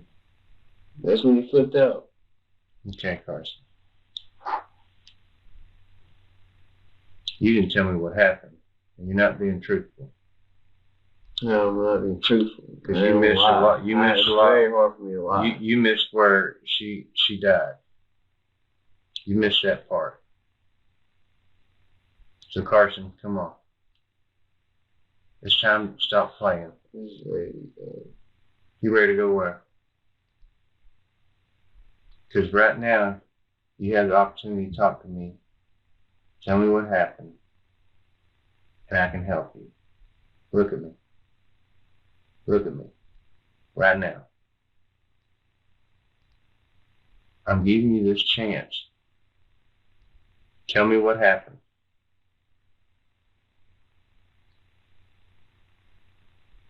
Carson, I already know what you did. But you have to show that you're cooperating to help you. Okay, y'all told my friends that like there was freaking fingerprints on the gun. Probably. I don't know, all of them. My fingerprints probably on all the guns in the house. Okay. Is that illegal? No. I mean, I never possessed them. No. I have touched them, and I touched that. That's fine. And I even at one point acted dumb and recorded myself as one of them before. Okay. That's fine. They are. That's fine. And then I posted on my Instagram, being really dumb. Almost everybody your age does. Yeah, but yeah. It's fine.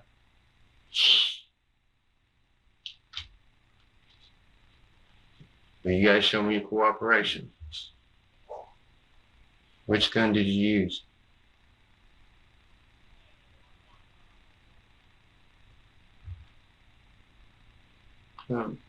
Yes, you did. Carson, now it's your I don't know. The detective appeals to Carson's humanity, urging him to come clean. He reminds Carson of the bond he once shared with his mother and pleads with him to honor her memory. In a fleeting moment of vulnerability, Carson lets something slip, a chilling motive cloaked in indifference. He mutters, "She was ready to go," a subtle yet sinister hint of what's to come. What he reveals next only deepens the mystery and darkens the truth. I think I got a drug problem. Okay. Well, like, not really, but like, I get addicted to weed. I guess you can say, yeah, for sure. Okay. But like, it's hard for me to start. Like, I usually don't be like, all right, let's start doing a bunch of drugs. But when I get to doing drugs, yeah. Okay. Were you high that day? No. Okay. But it was like 2 days before. Okay. What'd you do? First time getting high on the wall. What'd you do? I just smoked a lot of weed. Okay.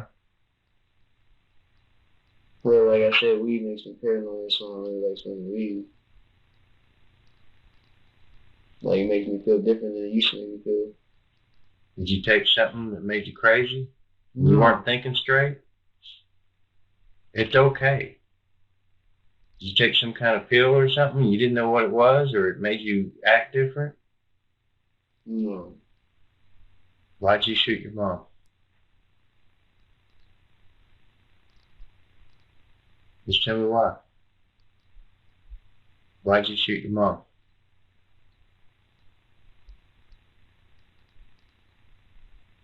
Do you know? No, it's not what happened. You should probably ask somebody for that. I don't understand what you're saying. I guess you should have wrote it down. Carson, I know you shot your mom. I'm asking you why.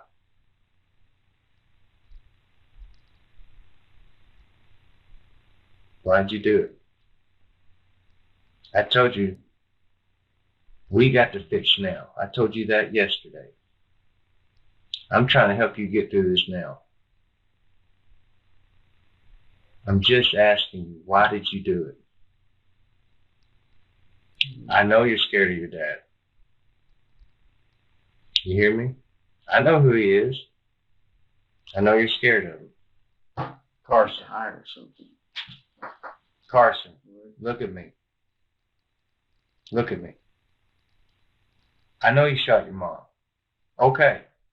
I just need to know which weapon you used. Where it's at. And you're not telling me... so like a kid doesn't get it or something? I need to... That would be nice. I hope it ain't where a kid could get it.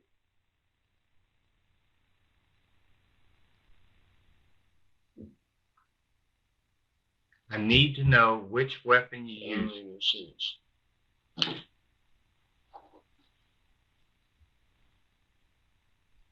I walk out that door. I mean, I have freaking temper tantrums, like, anything thrown around, I probably did it.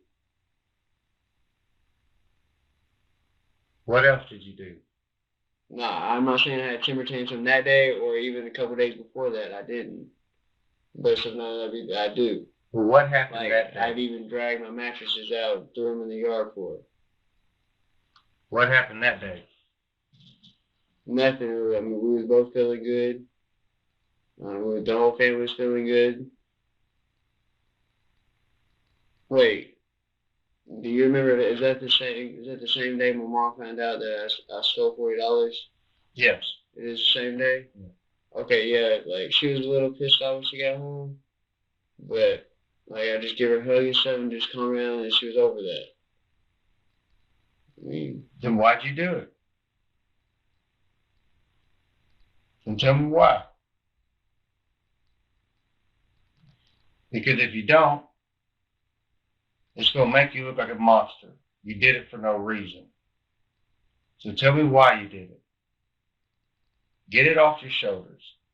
Carson admits to using drugs, hinting at a possible motive behind his actions, yet he continues to deny committing the murder. But the detectives already hold a critical piece of the puzzle. Carson's father, William, had told them his son confessed to killing Sonia. Still, the evidence that will seal Carson's fate is about to come to light. Why, Carson?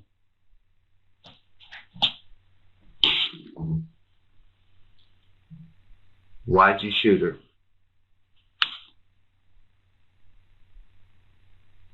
Why? You ain't got no reason? You just did it for the hell of it? Is that it? That was a pretty good statement, but you said it wrong. And why'd you do it? And that's just... Then you phrase it for me. Then why'd you do it? We've already talked to your dad. I don't even remember, like... We've already talked to your dad. I don't know about that question. Well, I know there ain't no shotguns in the house. Carson, which weapon? I know there's I don't know. I know the AR. I know there's a handgun. Okay, that's all I know. And I know there's some type of long rifle. Which one of those did you use then? Which weapon did you use? Now we've already talked to your dad. I'm trying to see if you're being truthful. His truth ain't my truth. I know he called you little bastard. What'd you do? Get over here. I know all that. I know he was screaming bloody murder at you after it. And you were screaming too. I know all that. What is you saying? I never heard that. Bull. My dad didn't say Bloody Mary. I didn't say Bloody Mary. He called you a... No, okay.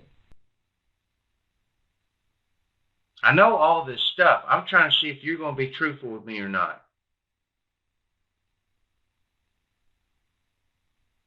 You need to help yourself here. Because your dad told us. So now's the time. He called you a bastard. When? When he discovered her. I don't remember that. But I mean, he might have. And you need to tell me I don't know what that means. Which weapon did you use? He also accused me whenever the guns came missing. He also accused me of that. I was like 12 years old. He even said, "What am I going to do now?" Get out. He said you killed her. How? You shot her, man. I know you even Googled looking up. I've been Googling bullshit. Why that night? What was going on with her? Why was she hurting so bad that night? I don't know. I think she was giving me a sign. I think she gave me signs. What kind of They sign? call them signs. What kind of They don't sign? hide it. What was the sign she was giving you? Okay. It's alright.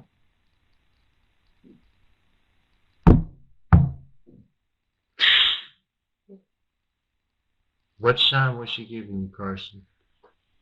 They were signing their bags to me. They knew. Carson, you gotta help me understand a little bit more. It was like, oh. Carson, tell me this. It was sad. Oh, it's just so sad. Yeah, it is. How many times? A couple. Shot her a couple times. Just to make sure she wasn't in pain. Did you think she was still alive afterwards? Is why you Googled to make sure?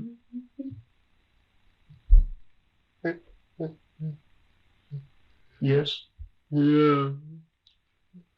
What did you do with the weapon afterwards? Where'd you put it? Carson, We put it back in the backpack. In the backpack? Yes, Okay. yeah, that one. Okay, good. That's what we need, okay, Carson? You gotta get it out, man. You can't carry all that. No man can.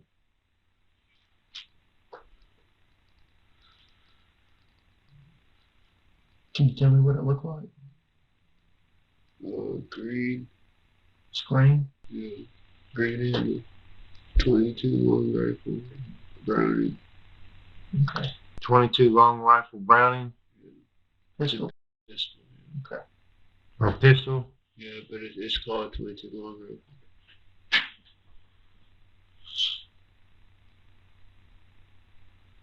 Browning Buckmaster. You told her something right after you pulled the trigger. Mm-hmm. What was that? It's okay, man. It's all right. I know, but what'd you tell her? I already know. I'm sorry. I love you. I know. Because you do. And I could tell she was already done when I said it and didn't go to her. And I felt that. She didn't read my message. Had Sonia simply reached a breaking point, or was there a far more sinister reason behind her death? With the confession secured, detectives concluded their interrogation. Both father and son were arrested and booked into the Pulaski County Regional Detention Facility. Now, the focus shifts to the courtroom, where the real battle for justice is just beginning. Carson Glover was initially charged with first-degree murder, but later accepted a plea deal and was convicted of second-degree murder in September 2023. He was sentenced to 35 years in prison without the possibility of parole. Yeah, I was holding her like this, and then she started sagging. Can you drop the baby like she would drop? Okay, so...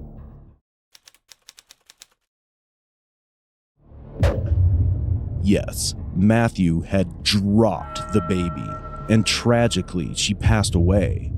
However, what stood out was how severe Charlie's injuries were, and it was clear that they couldn't have come from just a fall. There are medical professionals that will be able to look at Charlie's injuries and tell me exactly what happened. Yeah, doctors can make up whatever, man.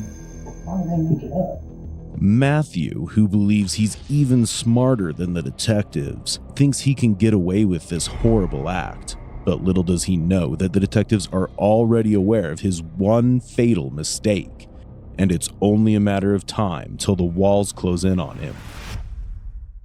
On February 4th, 2016, while Ashley went to work, Matthew took the responsibility of looking after Charlie and his own daughter, Kelly, and his son at their temporary home in the in-town suites on Blanding Boulevard, Florida. What began as a normal day took a tragic turn around 7:15 p.m. when Matthew called Ashley to say Charlie wasn't breathing. Ashley rushed home and called 911 after finding her daughter unresponsive. Charlie was taken to Orange Park Medical Center, where shortly after she was pronounced dead that night.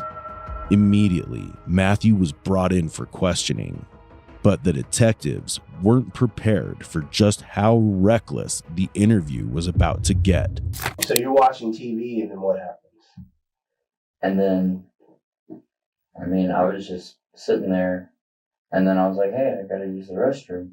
So I go and use the restroom. The next thing I know, I hear some screaming out in the room. And I'm like, what's going on, So I wipe real quick, go out.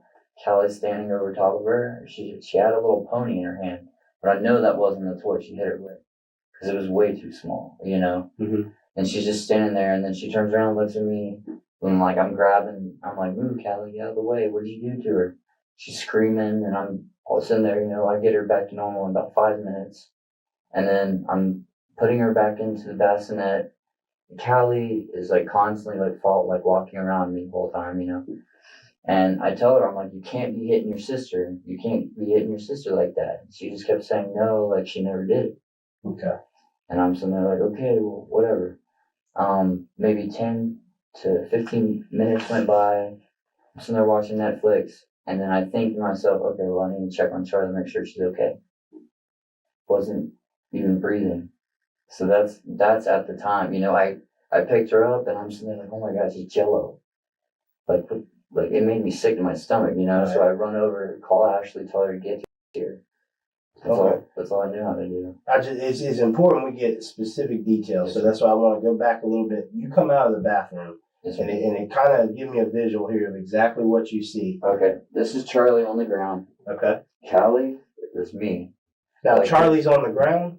Yeah. She wasn't in the bassinet. No, she was just crawling around because we let her crawl around sometimes. Okay. At what point did you let her out of the bassinet? Probably the second movie I turned on. Okay. All right, so she's on the floor. Yeah, she's crawling around or whatever. And then I saw Callie like this, and then she turns around and put it in her mouth my And it was like a little pony? It was My Little Pony toy thing. Now, was she on her belly? Was she on her back? She was on her back. She was on her back? Yes, sir. Okay. Do you remember what she was lying like this, and then after I called Ashley, she started stiffening up and going like this. I have the video, and she's just going like that, and I was like, this is very weird. I'm sitting there thinking she must have got hit hard. So that's when I started yelling at Callie, where'd you hit her in the head? What'd you do with? She's looking at me and she's like, no. From the very beginning, Matthew tries to blame his own daughter, and that's already disturbing. When he saw Charlie acting strangely, he didn't seek help. Instead, he recorded her and then turned on Netflix. It's a clear sign of his shocking negligence, and as he continues to talk, his lack of responsibility is about to become more apparent. So you come out of the bathroom. I had no idea what. Charlie's on the floor, right? And on her back. Yes. Callie's standing over her. Yeah. What side of Charlie? Right in front of her. Right in front of her. Yes. And she's got a toy in her hand. Yeah. And you say, "Oh, you come out." She sees you. She puts the toy in her mouth. Yeah, and I snatched. Does she go away or something, or? No, that's what I'm saying. Okay, she's staying around time. I'm like, go away, Okay. Leave her alone. What'd you hit Now, her with? what exactly did you notice mark-wise when you picked her up? When I picked her up, it was reddish all around her neck, and like she had little scrapes and stuff, and had a bruise on her forehead, or beginning of a bruise. It was like a red mark. Okay. And then right here on her head was right or left side? The left. On the left side? The left side. It was a little around the temple area? Yes, it was not a bright red, but it was like a rose red. Okay. Well, how big, if you had to describe it, how big do you think it was? Golf ball. Golf ball? Okay. And clearly, before you went to the bathroom, Charlie did not have those. No, she was fine. She was sitting there playing with her whatever thing she had. She had like 2 pieces of paper she was enjoying. How long were you in the bathroom?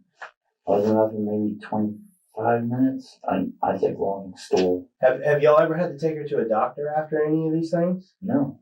No? Do you think you maybe should have? I was telling Ashley we need to. Okay.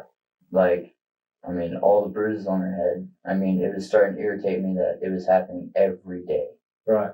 You know, and then especially since November, right? And then I started, you know, implementing a new thing. If Callie, you know, were to do it, I'd slap her. The cop said that's normal. He said you discipline them when they deserve it. Right. And I mean, today I smacked her pretty hard. I'm not gonna lie. Where did you smack her at? Like right there. Right there. It wasn't, you know, like that. It was right. Like, it made a pop noise. Enough to get I felt, attention. Yeah, I felt bad, but at the same time, I have to teach her some discipline. When was that? Was that right before you called Ashley, or? That's when I was freaking out about the toy. When I had Charlie in my arm, you know, I'm sitting there like, what's going on here? What did you tell her happened to Charlie? I mean, I'm assuming Mom asked what. That's happened. what I was saying. I didn't even know. I walked out of the bathroom. Next thing I know, her head, she had marks all over her, and then I set her in the bassinet, and next thing I know, she's not breathing. And I'm like, when you set her back in the bassinet, was it on her back, on her stomach? It was on her side. Because I know how babies and humans can choke, you know. I'm not wanting her to throw up and then it comes. Did you think she was going to get sick? Did she look sick? That's what I'm saying. She was acting a little woozy, like she was still moving. Is that at the point you were videotaping her? When did you videotape her in this whole thing? With your right after I called Ashley. Okay. But she wasn't breathing. But she was moving in the video? She was breathing, but not normal. You know, like a shallow breath, maybe, or like stomach breathing. Okay. You know, and I saw my son do that, and he had pneumonia. So, you know, in my head, I'm sitting there thinking, okay, maybe she has something in her stomach. So I'm just going like that to her stomach, and she coughed a little, but then nothing else. And I was like, okay, well, you know, let me step back from this. I don't know what to do. The big question is, how could 2-year-old Kelly cause so much damage in just 15 to 20 minutes? Even if she did hit Charlie, which is possible, it's highly unlikely that a toddler could inflict multiple serious injuries in such a short time. Given the limited strength of a 2-year-old, it's nearly impossible to create such injuries. It's already evident that Matthew, trying to appear as a caring and responsible figure, is clearly hiding something far darker than he's willing to admit. And I'm sitting there freaking out about it, and I'm sitting there holding her, you know, trying to think of something like, what else can I do? I don't know CPR like that, you know, for a baby. Mm-hmm. I'm not going to sit there and perform CPR and crush her ribs and all that jazz. When you came out of the bathroom and you saw the baby on the floor with obvious signs of trauma, how long was it till you called Mom? Just best you can remember, honestly. Just you know. I'd say about 20 minutes. 20 minutes. So 20 minutes, then call Mom. And then it took Mom about 10 to 15. 10 to 15 to get home. And then how long after Mom was home till we called 911? She called 911 instantly. Okay. And I told her, I was like, you need to call 911. She's not breathing. What did you, I mean, like, obviously she's inquiring what happened. What did you tell her happened? Or did you tell her what you saw? Yeah, I told her what I saw and what did you tell her? What went down. I saw Callie standing in front of her and then her screaming, you know, like I didn't know how else to explain that. Yeah. Did she say anything else to you? Okay. So you took the video right before you called Mom? Yeah, and she thought Charlie was dead. I was like, no, she still has a pulse. She's still alive, but... So when did you take the video? Did you take it right before you called Mom or right after you called Mom? It was right after. Okay. And what did you do with the video? I showed the cops as soon as they got there. What was the purpose of the video? I'm just curious. Because I was wondering, you know, I was like, Charlie, are you okay? Like, she was... But why video? I'm just trying to... I'm saying she wasn't acting right. Like, remember how I said she just turned to jello? She started, like, acting normal again. And then that's when I set her in the bassinet. After that 5 minutes I was sitting there holding her, like, coddling her. She started acting normal again. Mm-hmm. Jumping and getting all excited. So I set her back down, and she wasn't like that anymore. So, and I'm not a mathematician, but from the time that you walk out and you see the baby on the floor with obvious signs of trauma, it's about 40 minutes till 911's called? Yes, sir. Okay. Why so long? And I'm not trying to come down, okay? I'm not. In my head, I said, if I call 911, she's going to end up losing her kids. So I'm going to call her. And then Were you scared to call 911? Yeah, because I didn't want her to lose her kids. At this point, it's clear Matthew knew Charlie was dying, yet he still didn't call 911, likely hoping that if Ashley arrived before the police, some of the blame might fall on her too. He was thinking only of himself, not the life of a baby he'd been entrusted with. His actions reek of guilt, and it's only a matter of time before his story starts to fall apart. Moreover, what comes next is a secret that he had been hiding since the very beginning. I can tell just by your body language and everything, and that's what we do. I talk to people every day, okay? There's more to this, but for some reason, you're holding back. And I think it's because you feel like you have to stick to your story. But I'm telling you right now, the time is to get it out now. Because what's going to happen is there are medical professionals that will be able to look at Charlie's injuries and tell me exactly what happened. Unfortunately, it's going to take some time to do that. The time to get, if it's an accident or something like that happened, okay, the time to get that out is now. Let's get in front of it. It's going to come out. Because what's going to happen, hear me out. I promise I'm going to let you talk. Just hear me out, okay? Because I feel more comfortable. There's definitely something more to the story, okay? There's something you're holding back. And what I'm trying to get through to you is it's got to come out now, because if it comes out later, you may end up getting yourself in some trouble. All right, Matthew. I need to get a few more details, okay? Okay, this would be the easiest. Right. So we aren't like in imagination here. This is, if we say this is Charlie, okay? If you can run us through what happened with everything you just told us, okay? As how you're holding her, what happens, all that. Okay? Okay. And you can stand up if you Arms aren't even like that. Right. Yeah, I was holding her like this, and then she started sagging because I was going this way. Okay. And then dropped. So I don't know if she landed on her shoulders or on her neck, on her head. Can you drop the baby like she would drop? Okay. I mean, it's not going to hurt that doll, obviously. Okay, so Callie like that. So probably on her stomach / face. So when you turned around, what did you see? How was she positioned when you turned around? And you can position On the her baby. stomach. Okay, can you put the baby on her stomach? On her back. Mm-hmm. Can you stand up? So like you're holding the baby falls, and then you look over. Is that how you see the baby? Well, the bassinet's right here. I don't even see the baby. That's what I'm saying. So where is the baby?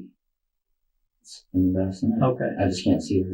Gotcha, because of the side. So let's just assume that this is a bassinet around the baby. At what point do you see the baby?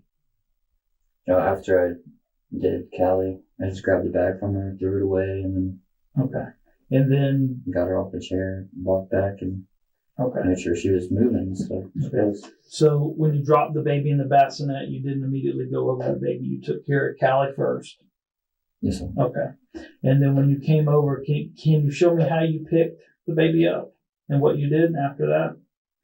After the position? Correct. So like if the baby is laying so you told me you have the baby and the baby falls out of your arm because you're going that way. Okay. The baby falls into the bassinet. So you go over, you grab a bag from Callie. Throw it away, take her off the chair. Throw it away, take her off the chair. How long do you think that lasts? Not even 5 seconds. Okay. And then you go back over to baby. Charlie. Grab her up real quick, flip her over, pick her up. And then she just was like a little. What is the baby doing? Her head was just going back and she was dazed, but she was moving, you know, and then it was creeping out. But she was still moving, still kicking, still jumping and stuff. This man literally dropped a 9-month-old baby and didn't even check on her first. And it gets worse as the truth is far more grim than expected. When Charlie fell, she also hit her head on the side of the bassinet. Matthew later saw her condition worsening, but still didn't call for help. He didn't even call Ashley. But in reality, it's hard to believe any man could be this clueless. Chances are, Matthew playing dumb is just another layer of lies to cover up the real and far darker truth. And this is just the beginning. His carelessness is about to reach its peak. At first, the baby's head's back and the baby's eyes are rolling back. I know you were rolling your eyes. Yeah, they were like rolling, and then she like kind of went, like stared at me like, hey, like just dazed. Gotcha. What did she do after that? She was perfectly fine. I just called her and put her back in. And what injuries did you see on her then? It was like right there. Can you show me like on this? But this is a lot easier than us like pointing it there. Can you show me what injuries you saw? It was like a mark on top of her head and a little back here, and then on her arm, like somewhere over there. Okay. Were there any other marks on her? Well, yeah, there's tons of marks on her. Well, I mean, that weren't on her previously. No. Okay. No, that's all. Do you know what marks were on her totally, all around? I know you said there was a mark on the top, on the side. There's this bruised head. I mean, I know one side, I don't remember which one. It was just really dark in that spot.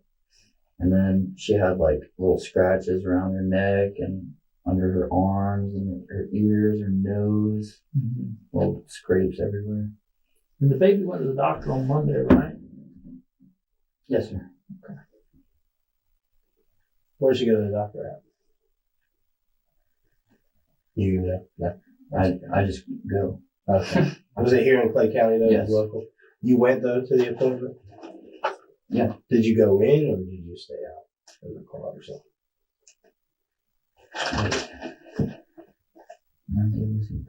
Yeah, I was there. You were there? I was there.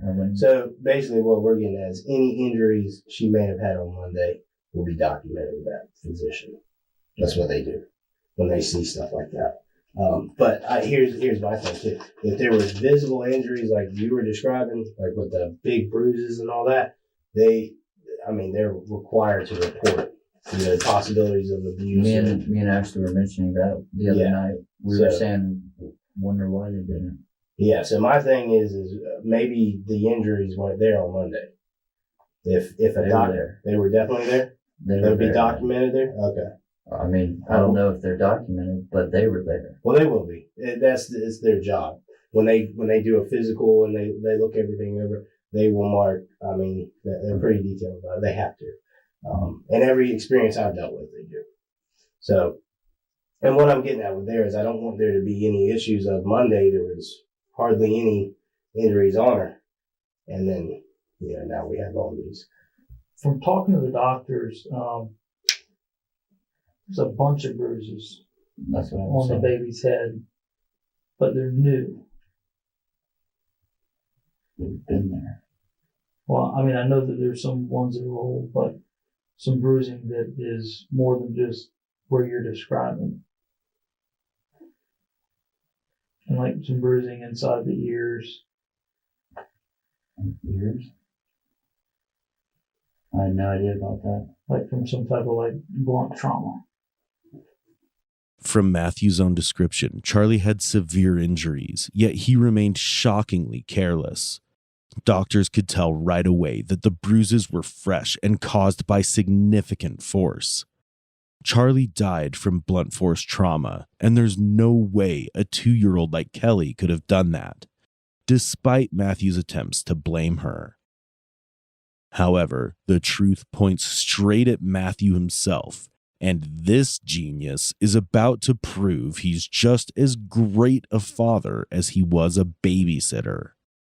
So what we're getting at is there a possibility that there's a little bit more than just the fall? Because remember, like I told you, the injuries, we're going to get the truth. The evidence will show it. And so if what you're telling us is true, if she has multiple injuries that a doctor is telling us, hey, these occurred very recently. This isn't from a week ago. This isn't from days ago. Okay. This is very recent. Then obviously there had to have been something more than just a fall. We're just trying to explain, you're the only one that can tell us. If there was something more to it, I don't know. Everybody does realize I'm not the only one that is there alone with them. Yeah. Okay. Yeah. Well, remember what I told you? That's what I'm saying. We've asked Ashley. Like, I leave all the time to go get cigarettes, to go do this and that. Right. You know? Have you ever came back and there's unexplained injuries on the baby?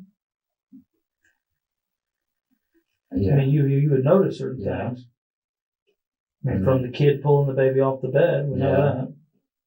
Well, I'm saying, like, Callie just walking up, smacking her. I've walked into that. Like, she just walks up and smacks her. Don't know why. But I mean, not enough force to cause injuries that we're seeing is what we're saying. She'll pick up a toy and throw it at her, though. Well, I understand that, but... And that does that will leave an injury. But what we're being told is that these injuries are not coming from the 2-year-old. The doctor has flat out told us there's no way. Okay. Some of these injuries, I think they can agree, yeah, most likely. But the ones we're talking about, no. And in fact, the ones you're describing, almost. So we just want to clarify if there's anything else. Has Ashley ever told you? I mean, since you say you're not the only one, has Ashley ever told you that? Is there an incident that comes to mind recently? Because like I said, they're not telling us this happened days or a week ago. We're talking very recent. So is there any time that you walked out and here recently and came back and found any kind of mysterious injury? No. Okay. Mm-hmm. The other thing I want to clear up, when you were using the restroom and you come out and Callie's there. Mm-hmm. Okay. I think you even told us earlier that the bruising and all that was not from Callie, correct? Those were there. Those happened during the fall. The one in the forehead and the one on the side, that was Callie. And the marks on her throat and chest area. That's Callie? That was Callie. Okay. How would Callie do that? I have no idea. She didn't do that. Well, maybe the baby was crawling or something. I believe that you lost your cool. I don't think you purposely hurt the baby. I'll be honest with you. I think that you and I both know that autopsy is going to come back and it's going to show something else and whatever. You told me. You know that. You know that. I know that. We're sitting here playing word games. You and I both know that. I'm being straight up with you. I want to give you the opportunity so bad. I'm trying. I'm laying it down for you. I'm literally putting it in front of you.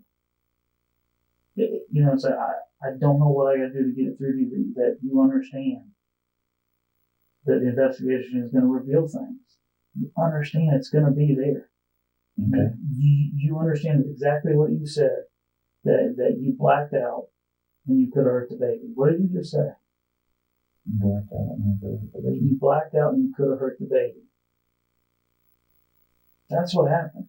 I black out quite a bit. You blacked out, you hurt the baby. Right? I won't say them exact words. Then tell me. That's what I'm saying. Tell me your words. I want to hear Matt. I want to hear the truth. That's all I'm asking. There's a possibility that I blacked out. And did what? And hurt the baby. How? Because you understand it's going by shaking it or something. By shaking the baby, man. You can tell me, bro. You got aggravated. You shook the baby. You freaked out. You didn't purposely want to shake the baby. Did you? I mean, no. Maybe I'm wrong. Maybe you woke up and you did want to shake the baby. Mm-hmm. Because you're the two people. You're the guy that wakes up and says, you know what, I'm going to shake a baby. I'm good. Or you're a guy that has a lot on his plate. You're worn out. You've been through a lot of taken out to California. You put on the street. You come back. You're trying to do the best you can, bro. It's a baby. No. It's a 9-month-old baby that's now dead. And I got to tell my family that now. And I'm going to leave that up to you. Matt, why did you shake the baby? That's what I'm saying. I don't even remember doing it if I did.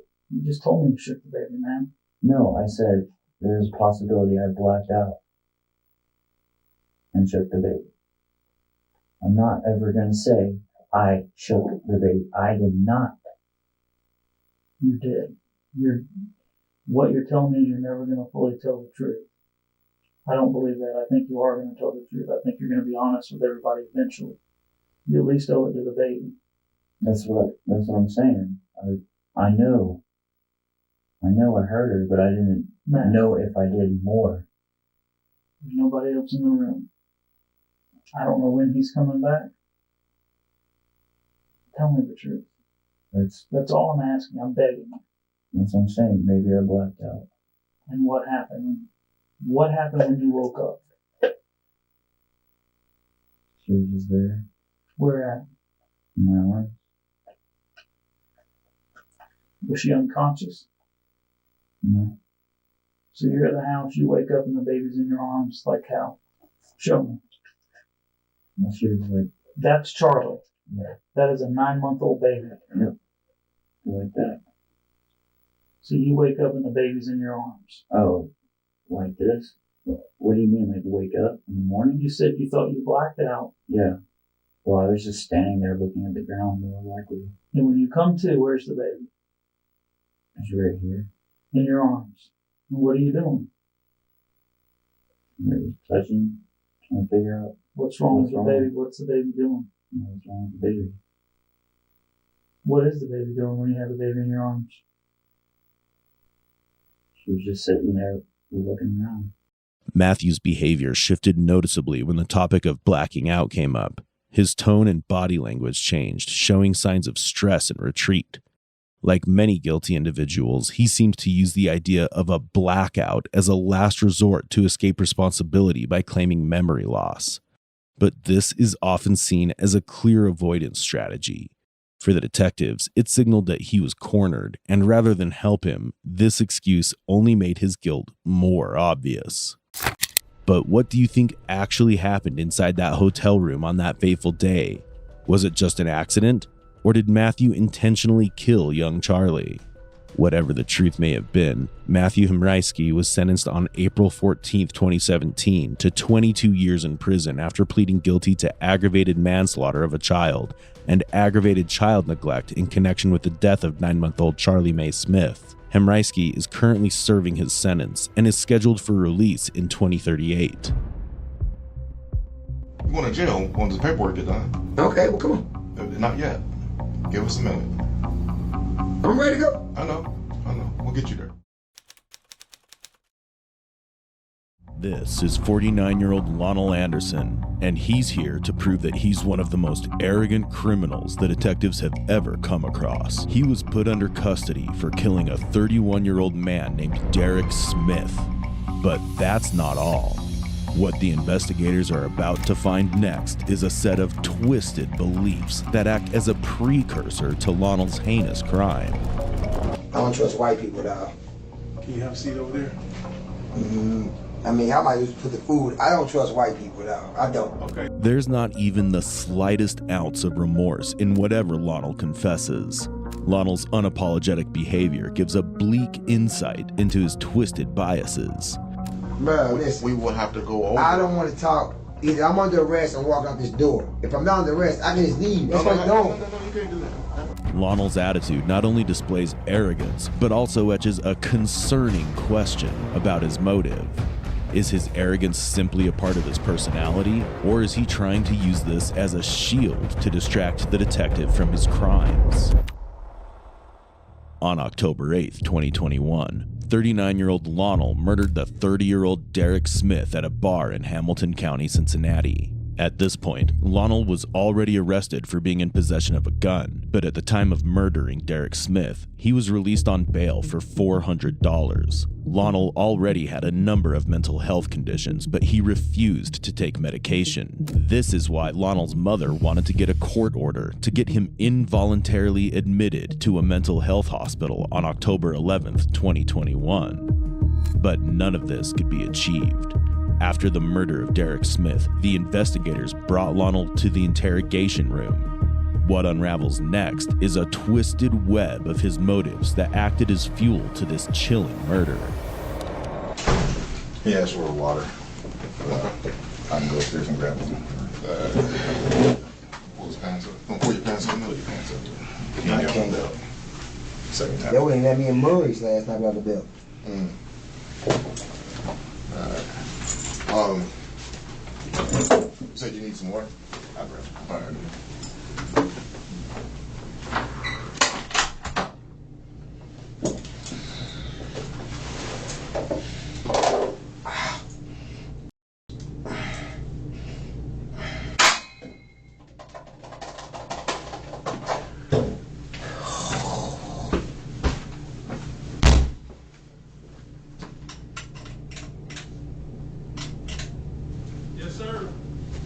Fool! Vinyl the rest, I'm ready to go. Okay, you can't leave right now, sir. Yes I can. If you gonna call my lawyer, Rodney Harris. If I ain't under arrest by law, y'all can't just detain me. Am I under arrest? The detective will be in to speak to you in a minute. But, alright, well, he has to come in the dark.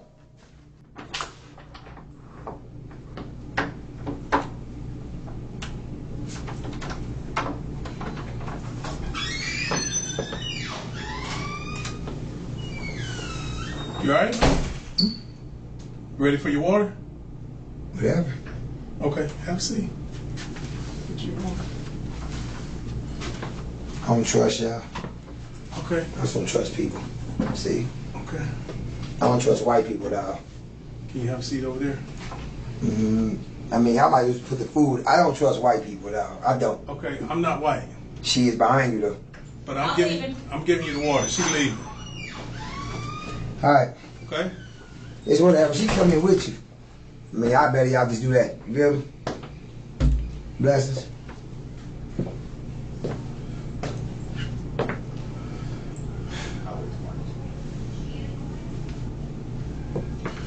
We're gonna wait for 1 minute on this, alright? Then you'll get it.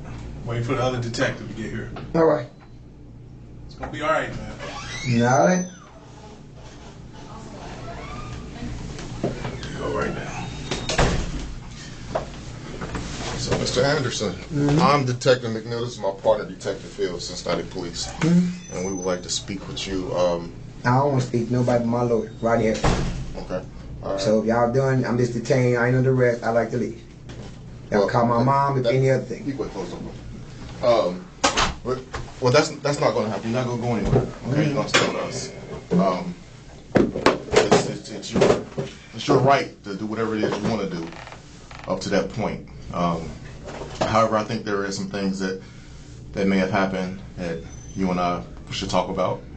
And again, I would like to do that if you give us the opportunity to. No. No? No. Okay. All right. Sounds good. Well, what we're going to do is we're going to fill out some paperwork. I'm not going to fill out nothing. No, we're going to fill out some paperwork and we'll just take you over to the jail. Okay. All right. Just sit tight. Now, what jail is this? Justice Center. Now, what am I under arrest for? You're going to be charged with aggravated murder. Aggravated? Yes, sir. Okay, well, just call my lawyer when we get there, then my mom come pay my bond. All right, well, we'll let you call. All right. Over there. All right. All right, she'll meet me at Assembly Behavioral Health Center. Okay. All right, peace. Lonnell definitely has a lot of issues with his mental health.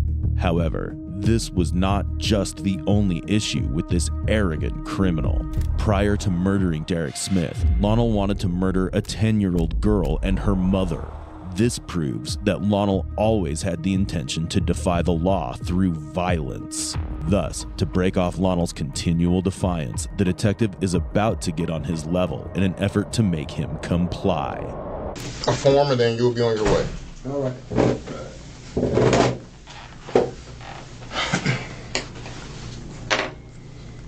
Y'all want my signature on something or something? Cause I'm not signing nothing, y'all.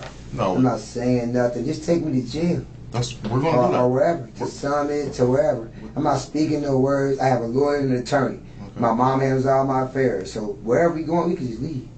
Okay. Cause I ain't under arrest. So you can't detain a black man. So if y'all have nothing to talk about, I'm a free black man. There's nothing to talk about. Y'all ain't see what I was under arrest for. Dude that there tried to shoot me in the face. Did anybody say about doing at Murray's? I kept going to Murray's last night. Now, it's funny. I kept going to Murray's on the west side, but I'm like, damn. Some dude in Murray's, a white dude, the other night, threatened to shoot me. Murray's like, well, you threatened to come up here with your mom. I'm like, bruh. But when I came up here was talking nice to my mom, you start talking crazy. But last night, at nighttime, he came like, hey, man, look, bruh. I'm like, look, bruh, I told you I'm handling that with my lawyer. Then he tried to do some last night. So if y'all care for hollering about me about Murray, man, f Murray. He's like, oh man, well, if the white guy ever comes up here, we'll just bang him out of here. I'm like, well, bruh. It's like, well, somebody keeps calling 911. You guys like, on who? Bruh, I ain't had a phone almost 2 years. 2 years.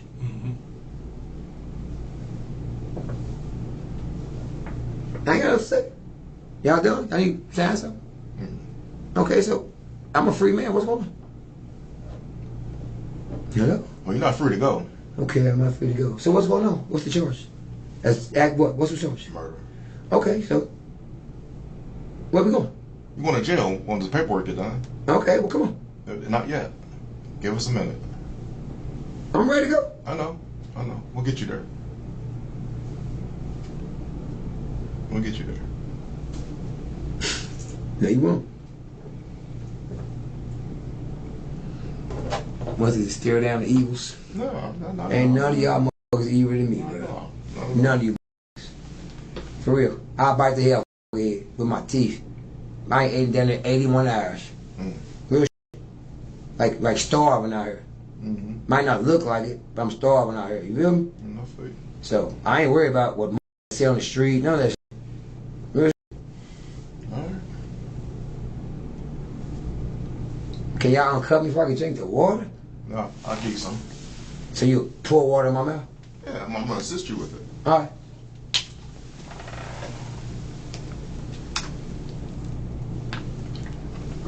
Appreciate it. You need some more? Not really. These need my teeth fixed. You need your teeth fixed?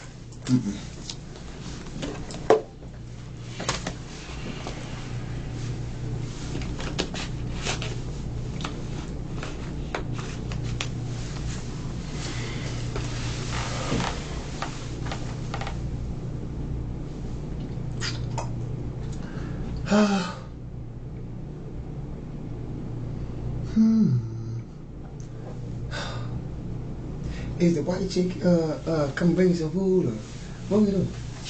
Is we sitting right here just looking stupid? We're just waiting on some paperwork to get finished. Can you what paperwork? Julie? What paperwork? What the man?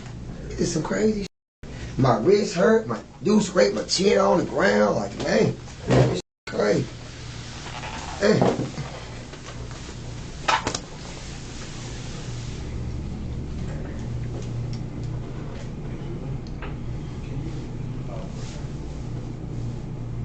You said you ain't had nothing to eat in a couple hours? 81 hours? Is that what you said? Why so long ago? You sound like an old history song. You said I sound like a what? That.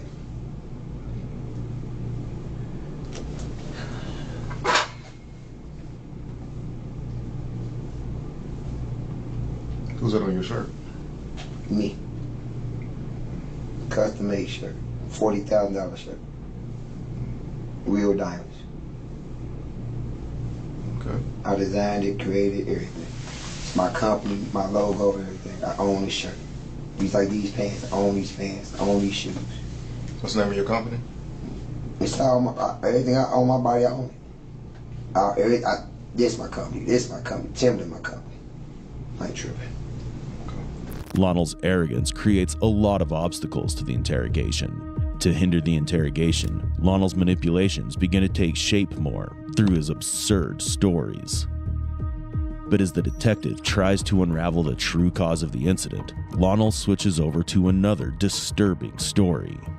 What appears next is an endless loop of aggression and uncooperative blabbering from Lonnell's end. God dang. You take medication?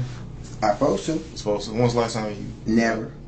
I ain't take medication till they send me to the joint for. Them all send me to prison for federal child support. for a year for child support. How do you get federal child support? Don't ask me. They sent me away for a whole year for federal child support. I don't have no felonies, but they sent me away for felony child support to do 9 months. For what? Then they put me in the program right there on the tab house where Anton started that push stuff at.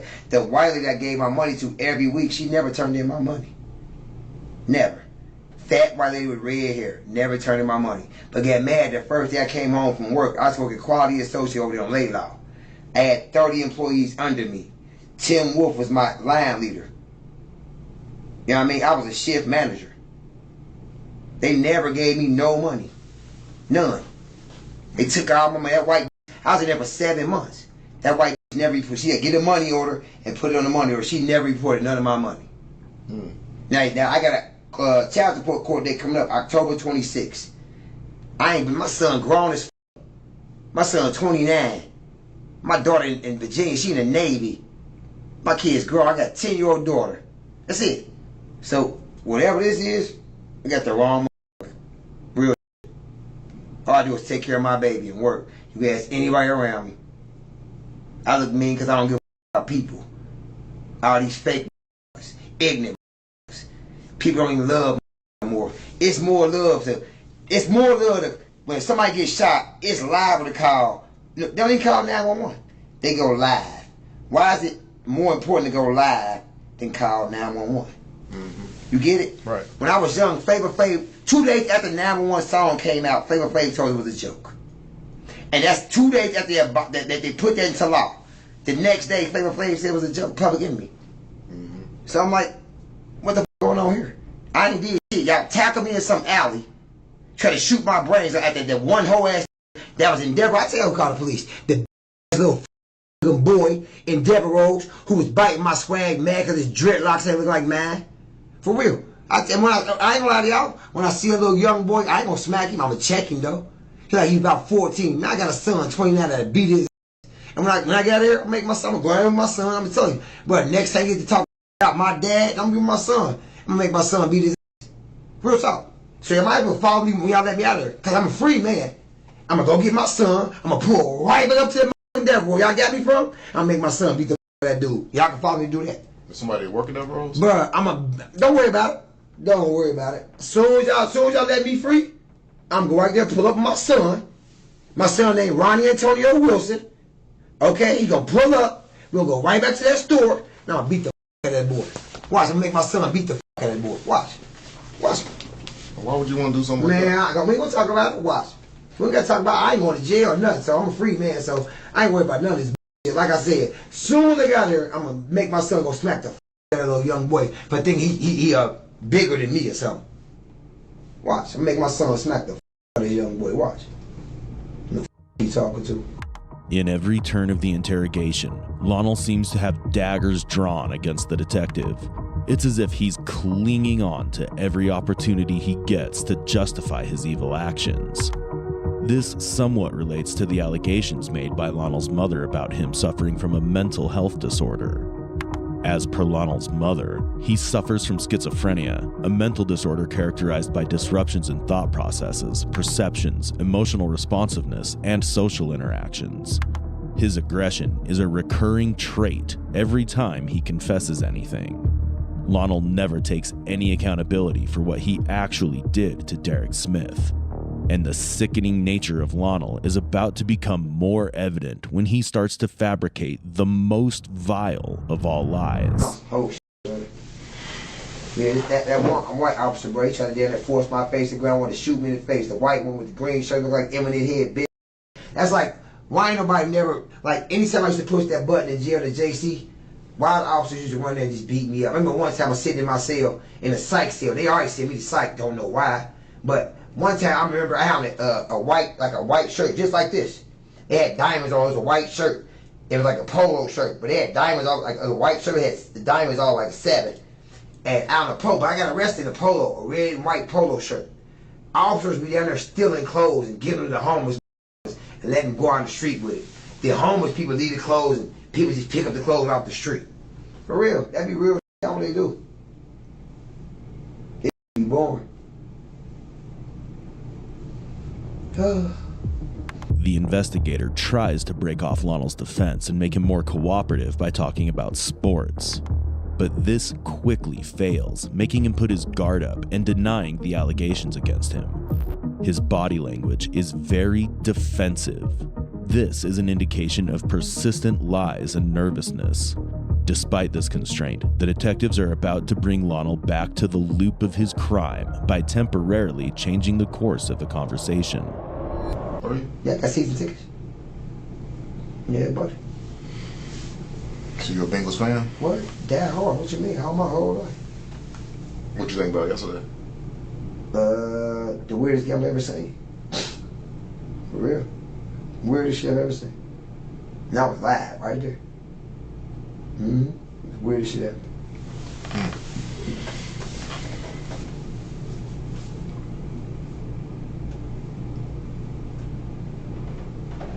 Well, before when I first came in the room, a couple of things I wanted to talk to you about was what happened to you at Murray's, and then what happened later that night. Actually, what happened earlier that day to Murray's, and then what happened later that night. Okay. Keep talking. I'm waiting. I'm listening. But in order to continue that conversation, listen, we will have to go over. I don't want to talk. Either I'm under arrest and walk out this door. If I'm not under arrest, I can just leave. That's what I'm doing. No, you can't do that. Have a seat. Bruh, uncuff me. Have a seat, man. Have a seat. Because I ain't under arrest, I can leave, bro. You can't detain a black man. Just have a seat, man. Have a seat. Just have a seat. I ain't gonna have no seat, bro. I'll just stand right here. All right. Stand right there. That's what we're gonna do. And when my mom comes, we just take me where? What's your mom's name? Denise Hazel. You call her. Denise Hazel? She works at Price and Rex. Her number is 513-236-5594. And that's all I got to say. What's her number? You say 513? I ain't saying nothing else. I didn't get the number. Okay. All right. You said Denise Hazel? All right. Was it 236? 9544? It definitely wasn't 9544. I thought I heard. I'm just trying to help out. No, you're not. Okay. If you want to repeat the number, you can. If not, I'm good. Just call her. My phone lost. My phone's tied with her phone. You said it's tied with hers? No. They got the same company? Definitely on the same company. I don't know what that even mean. Right. What does I wouldn't got a phone cut on through her with Cricket right there in Price Hill. Okay. So that's it. Okay. So where's your phone at? I don't know. You don't know? Did you lose it today? No. No? Okay. Denise Hazel, Miss Hazel. She at work right now? Okay. Price Hill Rec Center, you said? What's she do up there? She's the boss. Okay. Head woman in charge. 36 years. Really? Almost about to retire. Oh, wow. Mom did 4 years in Marysville, but still in clothes. Your mom did? Yeah. Oh, wow. Got out and got a temp service job at the Owl's Nest. Over there by, what's that, Purcell Mary. Yeah. And been on the job ever since. Okay. So, I go there and go swimming every day with her. Pack the lunch, help the kids pack the lunch. Well, I used to actually pack the lunches. Okay. So, I actually worked in the JC, packing them damn dirty, nasty lunches. Real so. Okay. That's good, man. 36 years on the job. That's unbelievable. When's the last time you talked to her? Who? Your mom. Every day in my heart. I don't got to talk about mom, think about her, breathe about her, love. Okay. That's all she got to know. Okay.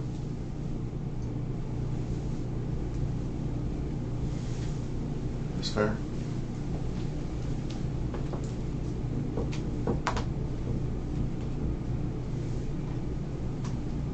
Well, hopefully ain't too much longer, man. Just a few more minutes.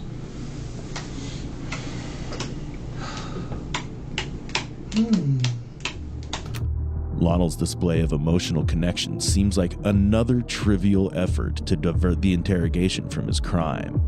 It's at this moment the detective notices how utterly detached he is from his actions. What follows next is a trail of more baseless confessions, as if it's going to let Lonnell get off the hook. I've been a mental health patient since I was 26. Okay. I first started out in College Hill with Dr. Akambe, who taught me how to speak Jamaican. Okay. So when you normally go there, what happens? They give you medicine? Yeah. With Master Arm. Okay. Does that help you? Hell the fuck no. Why not? No, this medicine help you. But that's psychotropic meds. Listen, when I was up there Pickaway in jail for 1 year child support, man, I got 3 fucking kids. 3. One grown, 29. He work at the Reds there. He a boss on a professional fucking chef. He done cook for them in every fucking football team personally. My son got pictures with Johnny Bench. My son he just cooked for the Ring of Honors dinner. Wow. I was at the Ring of Honors dinner. You can ask my girlfriend. We got season tickets. You can ask. You go to my phone. I got season tickets. Lonnell Row. 236. Seats 11 and 12. I was right at the Ring of Honor dinner. Nice. Right there. I've been a Bengal fan my whole life. The season started on my birthday, 9/12. We played the Vikings. I'm an Aiken Falcon. What you mean? I'm a diehard Bengal fan. I never believed in nothing else. 81 to 88. Who's your all-time favorite player? What you mean? Boomer Esiason. What you mean? Boomer. What? Come on, man. I'm a diehard Bengal fan. I ain't never believed in nothing else but this city. Hometown, boy.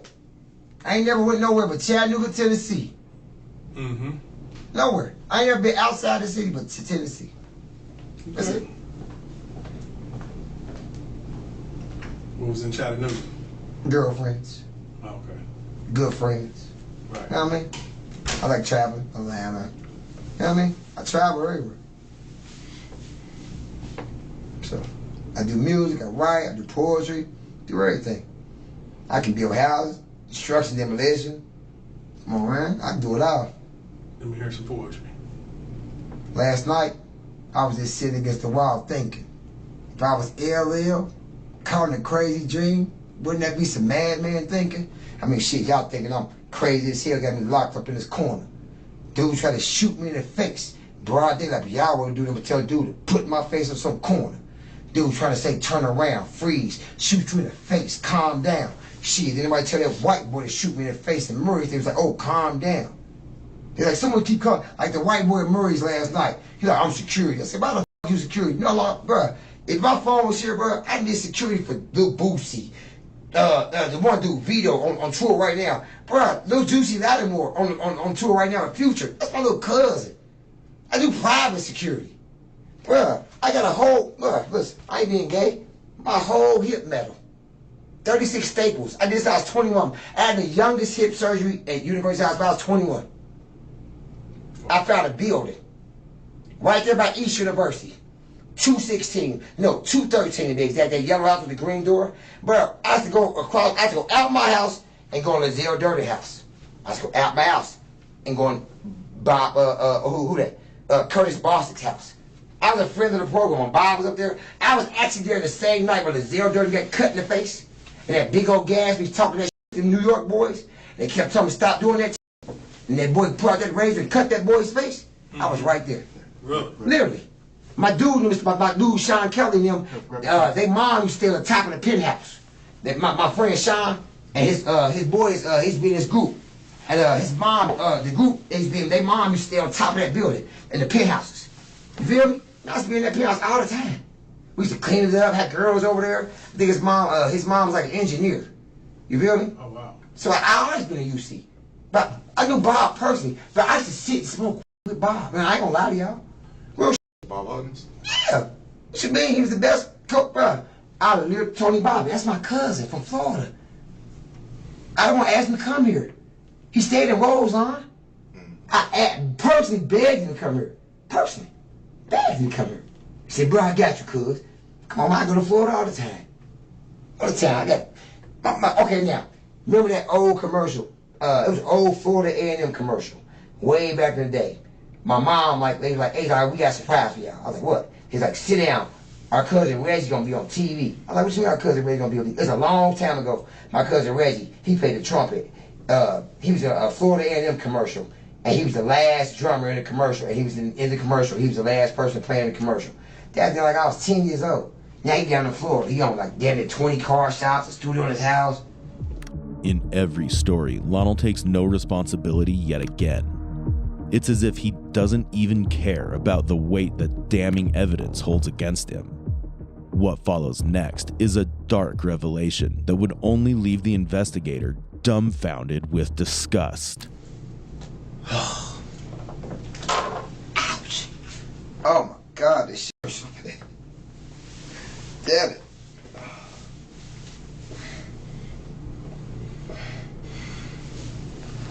Man, get these roach repellents off me. What? What you call them? Deer repellent. They sprayed me with deer repellent. Who did that? The officers downtown. One day when I was locked in the downstairs.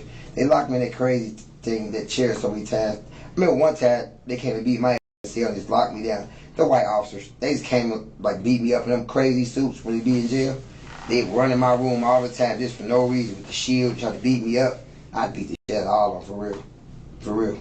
Like I'm 10th degree black though. My uncle keep taught me taekwondo. They always like duel. You know what I mean? So, I mean they always try to beat me up. So, I mean I'm just good with my hands.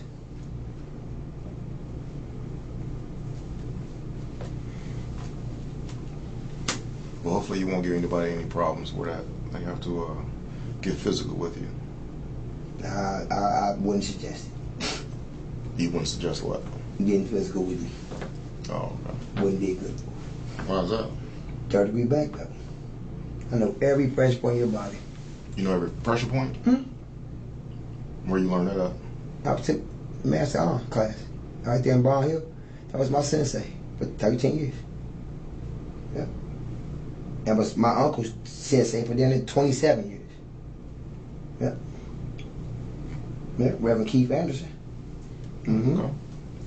That's my mom's twin brother. He married me and everything. My mom's a twin. Okay.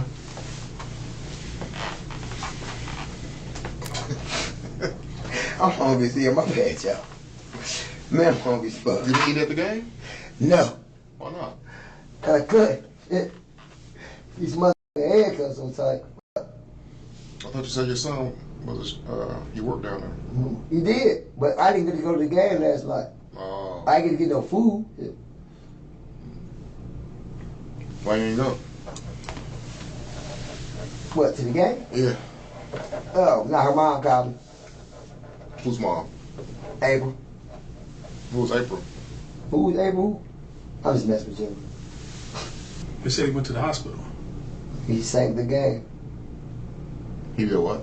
He sank the game. What does that mean? He sank the game, Vegas bets. Oh. You know what I'm saying? He wanted to disappoint the bookies. Oh, you think he threw the game? He did. Joe Burrow? Man, come on, bro. First he did 3 interceptions in the world. That ain't happened since what, Ryan Fitzgerald? Come on, y'all. Ryan Fitzgerald. Mm-hmm. Ryan Fitzpatrick. Right.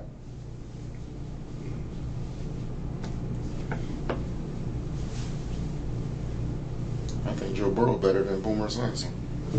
Joe Burrow better than Dan Marino. He said he had the best actually since the undefeated Dolphins. The year I was born. 72 Dolphins. Damn right. Only undefeated team do it 16-0 win the championship. I just got so sad at Pittsburgh because they always told us they wanted some rings. Y'all keep claiming old rings that y'all ain't never won for real. Once the team wins a ring, that's that team's ring. So it's like y'all can keep claiming old rings that y'all ain't keep winning. Right.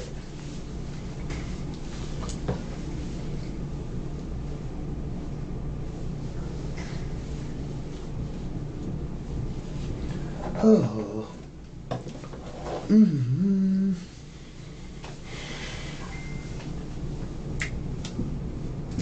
You ready to go yet? I know, man. Man, getting cold in here. Itching. Yeah. Big old hole in my head. Man. These are brand new pants. Y'all torn pants all over. Y'all owe me like $1,000. You know, you $1,000 per pants. Where you get them from? Hard to knock over there. Where y'all tackle me at. You can't wash them. Yeah. It's crazy as hell though. A white boy, like one day I was walking out of that Wendy's over there. It's not like you got no problem with white people. I do. I don't like them. But over there in Camp Washington, they're the most racist. They'll call you a nigga in your face. Like one day I was walking to Wendy's. You know, there's a bunch of prostitutes and junkies over there. So I'm like, you know, I'm a courteous guy. Like, I hold doors open for women. So these 2 white girls, they walk in the store. I mean, Wendy's. So I'm opening the door for them. One of them say thank you. I was gonna say, like, you know, say no. I said, well, dang, you at least could have said thank you. So the next, like probably the next day, I'm on this side of Wendy's. I'm about to walk across the street. they waited at the other side of the light.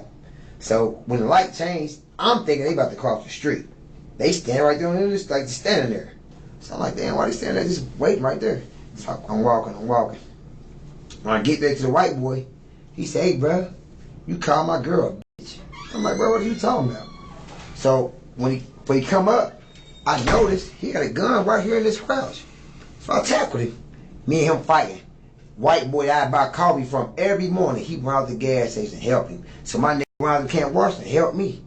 Now I could have killed that white boy because soon as he said like something about your bitch, I was like, bro, I don't even know this white bitch. I don't like white people. I don't.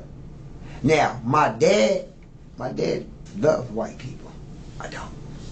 My dad was from Bowling Green, Kentucky. Indian, pure green Indian, all the way through. It's a strong emotion, man, to be carrying around. What, about white people? Yeah. Two shits about no white people, bro. Come on, bro. Let's think about this. Real shit. They told you a lie about Christopher Columbus landing on some ground. How you land on ground? So how you land on ground? Is that when your hatred started, back when you learned that story? What story? That was a myth. When you learned that myth? What story? It was a fucking myth. It never fucking happened. Right. So is that when you started your hatred towards white people? What hatred? I don't have hatred. I have disheartened heart. Fuck white people. They been fucking with us. We gotta play Cowboys and Indians. Arm yourself. These motherfuckers killing us. For real. Did nobody say about all them when all them white folks threatened our old boy, what's old girl, that got killed and her boyfriend was in the back of the car. And they killed him. They was talking all that trash shit. They ain't saying what all them million motherfucking Black Panther motherfuckers came through that motherfucker with all them guns, huh? Yeah. Yeah, that, yeah. What was that at? Huh? What you mean? When they killed the old girl? The black chick, the Turner chick. When they killed the one chick in Louisville. They was talking that whole shit. All them crackers. And all them niggas came on that motherfucker. Said they ain't gonna take that shit no more. The July the 4th. Man, look, I don't believe in no pagan holiday. There's no such thing as a holiday. What makes one day more special than another day? Like this Halloween coming up. What's Halloween? What about your birthday? What's that? It's a day. Okay. It's a pagan day. Every day is a no. I don't celebrate no holidays. Okay. I don't eat pork. I ain't ate pork in almost 30 years. Okay. 30 years. I've been this way since high school, since the 8th grade. I wrestled in high school, 165.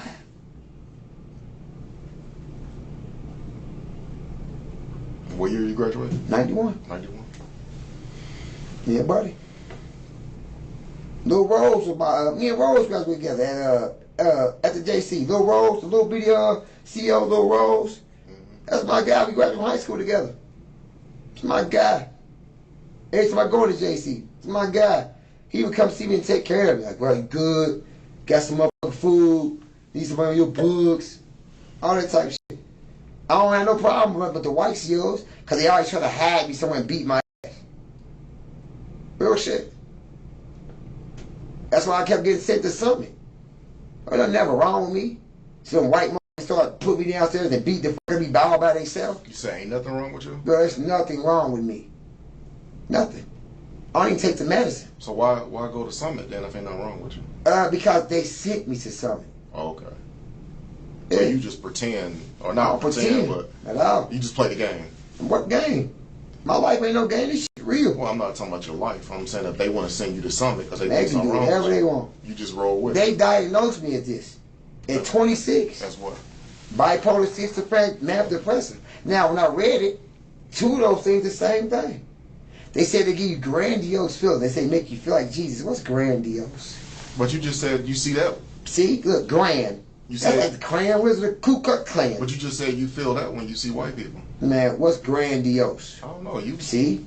You What's grandiose? But you used it a while ago. What? Grandiose? Yeah. Yeah, all right. Again, Lonnell is too racist and arrogant to realize that his grotesque desires to hurt white people are only incriminating him even further. But will Lonnell's mental illness affect his trial and sentencing?